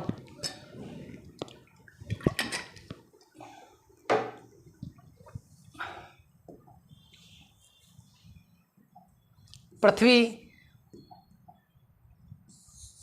चंद्रमा, सूर्य जब जब सीधी रेखा में आ जाते हैं, जब एक सीधी रेखा में आ जाते हैं, तो इस स्थिति को क्या कहते हैं? सिजगी। चीनी का कटोरा, sugar bowl of the world किसे कहा जाता है? क्यूबा को। गेहूं की डलिया, यूक्रेन। अंतर्राष्ट्रीय चावल अनुसंधान केंद्र, मनीला, फिलीपींस। Manila, Philippines. विश्व की सबसे बड़ी मक्का मंडी, शिकागो, यूएसए। स्वेज नहर का निर्माण कब हुआ था? तो 1859 में इसका निर्माण पूरा हो गया था, 168 किलोमीटर। एक बार कंफर्म कर लीजिए, 168 है कि 169? मुझे 168 ही याद है। भारत के सूती वस्त्रों की राजधानी मुंबई। भारत का सबसे ऊंचा वाटरफॉल कौन सा है? गरसोपा, जोग जलप्रपात या महात्मा गांधी जलप्रपात भी कहते हैं। ये कहाँ है? कर्नाटक में। कौन सी नदी पर? शरावती नदी पर। सबसे ऊंचा जलप्रपात गरसोपा, जोग या महात्मा गांधी जलप्रपात, शरावती नदी, कर्नाटक। गंगा एवं ब्रह्मपुत्र की संयुक्त धारा को क्या कहते हैं? मेघना। बिहार का शोक, कोसी नदी, क्योंकि तूफान मचा देती है। बंगाल का शोक, दामोदर नदी। पंबन द्वीप, मन्नार की खाड़ी में। विश्व वन्य जीव कोष का प्रतीक क्या है? लाल पांडा। और पांडे का सबसे ज्यादा प्रिय खाना क्या है? बांस। ये पांडा है, मिसप्रिंट हो गया है। किस मरुस्थल को मृत्यु का मरुस्थल कहते हैं? तो अफगानिस्तान में स्थित दश्त ए मार्गो मरुस्थल को मृत्यु का मरुस्थल, दश्त ए मार्गो मरुस्थल, अफगानिस्तान। भूमध्य रेखा से भारत के दक्षिणी छोर की दूरी, मतलब हमारा जो भूमध्य रेखा की मुख्य भूमि है, भारत की मुख्य भूमि, भूमध्य रेखा के बीच में दूरी 876, उल्टा देखो 678, 876 किलोमीटर। भारत में सबसे अधिक ऊर्जा किससे प्राप्त होती है? तो थर्मल पावर प्लांट जो रहते हैं, ताप ऊर्जा जो है उससे। भारत का प्रथम परमाणु रिएक्टर अप्सरा 1956, ठीक है। और भारत का पहला ताप विद्युत, चलो ये तो बाद में देखेंगे। चक्रवात की उत्पत्ति होती है 2 भिन्न ताप वाली राशियों के मध्य से। क्या होता है? एक गर्म और एक शीत। जब ये वायु राशियाँ मिलती है तो वहाँ पे बीच में क्या बनता है? एक रेखा बनती है, इसे वाताग्र कहते हैं। जब इनका मिश्रण बहुत ज़्यादा मात्रा में हो जाता है और कहीं न्यून वायुदाब की पेटी आ रही हो तो ये घूमते हुए वहाँ पहुँचती है, ये चक्रवात। भारत की प्रथम जल विद्युत परियोजना शिव समुद्रम परियोजना, कावेरी नदी पर। भारत की पहली विद्युत रेल कब चली? ये क्वेश्चन इसलिए लिया गया जब बजट को अलग अलग किया गया। दूसरी चीज, पहली रेल तो ठीक है, पहली विद्युत रेल 1925 में। 1911 में विश्व का पहला हवाई डाक सेवा इलाहाबाद से नैनी के बीच। भारतीय सामुद्रिक व्यापार का पूर्वी द्वार कोलकाता बंदरगाह को कहते हैं। देखिए कोलकाता बंदरगाह वाला भाग, ठीक है, ये तो सॉरी भारत वाला भाग है। अरेबियन सी कहाँ गया, इंडियन ओशियन, ये श्रीलंका, बे ऑफ बंगाल की तरफ एग्जिटिंग रूट, मतलब ये भारतमाला परियोजना का कुछ सेतु समुद्र परियोजना के बारे में बताया जा रहा है। सेतु समुद्रम परियोजना, ये सेतु समुद्रम के लिए ऐसा बनाया जा रहा था, लेकिन कुछ विवाद के कारण नहीं हो पाया। उत्तरी गोलार्ध का सबसे बड़ा दिन 21 जून की स्थिति को रात और दिन बराबर होते हैं, मतलब भूमध्य रेखा पे सूर्य सीधा होता है। 21 मार्च व 22 सितंबर। सेतु समुद्रम परियोजना मन्नार की खाड़ी व पाक जलडोल को जोड़ती है। झीलों के अध्ययन को क्या कहते हैं, लिम्नोलॉजी। झीलों का अध्ययन लिम्नोलॉजी। मरुस्थलीय वनस्पति को क्या कहा जाता है, मरुद्भिद या जीरोफाइट्स। ये भी एग्जाम में आया हुआ क्वेश्चन है। पृथ्वी पर ऋतु परिवर्तन का कारण पृथ्वी का अपने अक्ष पर 23.5 डिग्री झुका होना। झुके होने की वजह से क्या होता है, ऋतु परिवर्तन होता है। अगर वो ये गति के बारे में पूछ ले तो फिर आपको ध्यान में रखना है कि जो हमारा परिक्रमण है उसके कारण। कुल्लू घाटी किसके बीच में स्थित है, तो धौलाधर व पीर पंजाल। वायुमंडलीय आर्द्रता हेतु मापक यंत्र हाइग्रोमीटर। संयुक्त राज्य अमेरिका की सबसे बड़ी स्वर्ण खान होमस्टेक। राष्ट्रीय समुद्र विज्ञान संस्थान कहाँ है, गोवा में। पीपल घाट दर्रा, भिलवाड़ा दर्रा किस पहाड़ी के हिस्से हैं, अरावली। महान भारतीय जल विभाजक कहा जाता है अरावली को। विश्व की सबसे प्राचीनतम पर्वतमाला अरावली किस प्रकार की है, वलित। ये दलित शब्द काट दीजिएगा बेटा यहाँ से। वलित पर्वतमाला व अवशिष्ट पर्वतमाला है। किस प्रकार की पर्वतमाला है, वलित व अवशिष्ट पर्वतमाला। अरावली पर्वतमाला की सर्वोच्च चोटी गुरु शिखर। स्पेन और फ्रांस के मध्य कौन सा पर्वत सीमा बनाता है, तो पिरेनीज। तेलंगाना राज्य कब बना, तो तेलंगाना राज्य बना 2 जून 2014 को। स्पेन व फ्रांस की मध्य की सीमा डबल हो गया। जम्मू कश्मीर एवं लद्दाख केंद्र शासित प्रदेश के रूप में कब घोषित हुए, ये इंपॉर्टेंट डेटा। अभी एग्जाम में आ गया ना, तो अरे पढ़ा था, अरे याद था, याद नहीं आ रहा, याद नहीं है, रिवीजन करो। 31 अक्टूबर 2019। क्या तारीख ध्यान रखने बेटा, 31 अक्टूबर 2019 को 2 नए केंद्र शासित प्रदेश गठित हुए, जम्मू कश्मीर एवं लद्दाख। दादर नागर हवेली और दमन दीव को मिलाकर एक ही केंद्र शासित प्रदेश बनाया गया। एक केंद्र शासित प्रदेश यहां से कम हो गया 26 जनवरी 2020। पहले 7 केंद्र शासित प्रदेश थे। जम्मू कश्मीर और लद्दाख मिलकर कितने हुए, 9। दमन दीव और दादर नागर हवेली को मिला दिया गया, तो अभी केंद्र शासित प्रदेश की संख्या 8। ये मिलन कब हुआ, 26 जनवरी 2020 को। सबसे ऊंचा गुरुत्वीय बांध भाखड़ा नांगल बांध। इंदिरा गांधी नहर निकलती है हरिके बैराज से। प्रवाल द्वारा निर्मित ग्रेट बैरियर रीफ किस तट के समीप है, क्वींसलैंड पूर्वी ऑस्ट्रेलिया। टोंगिया कृषि कहाँ की जाती है, म्यांमार में। क्वांटा के मैदान जापान। जुलू जनजाति का संबंध दक्षिणी अफ्रीका। अंतर्राष्ट्रीय जैव विविधता दिवस कब मनाया जाता है, अंतर्राष्ट्रीय जैव विविधता दिवस 22 मई। जैव विविधता दिवस 22 मई। जिहुन अथवा आमू नदी और सिहुन अथवा सर नदी कहाँ गिरती है, अरल सागर में। फरक्का बांध कहाँ है, पश्चिमी बंगाल, हुगली नदी। बाबा बुदून की पहाड़ियाँ, मैंने अभी बताया था, बाबा बुदून की पहाड़ियाँ कर्नाटक लोएस के लिए। फिर ये देख लो बेटा, कौन सा केंद्र शासित प्रदेश 3 राज्यों में परिक्षेत्र है, पुद्दुचेरी। पुद्दुचेरी का जो भाग है 3 टुकड़ों में अलग अलग है, 3 राज्यों में। स्पेन और फ्रांस के मध्य कौन सा पर्वत सीमा बनाता है, पिरेनीज। इतनी बार पूछा, मतलब पीएससी यही पूछेगा क्या। ये देखो, जापान के द्वीप होक्काइडो, होन्शू, क्यूशू, शिकोको। तो आकार में सबसे बड़ा कौन सा द्वीप दिख रहा है आपका, जापान का होन्शू। टोक्यो में भी यही है। ओसाका योकोहामा प्रदेश जो इसका सूती वस्त्र है, ये भी यही है। नगोया औद्योगिक प्रदेश भी यही है।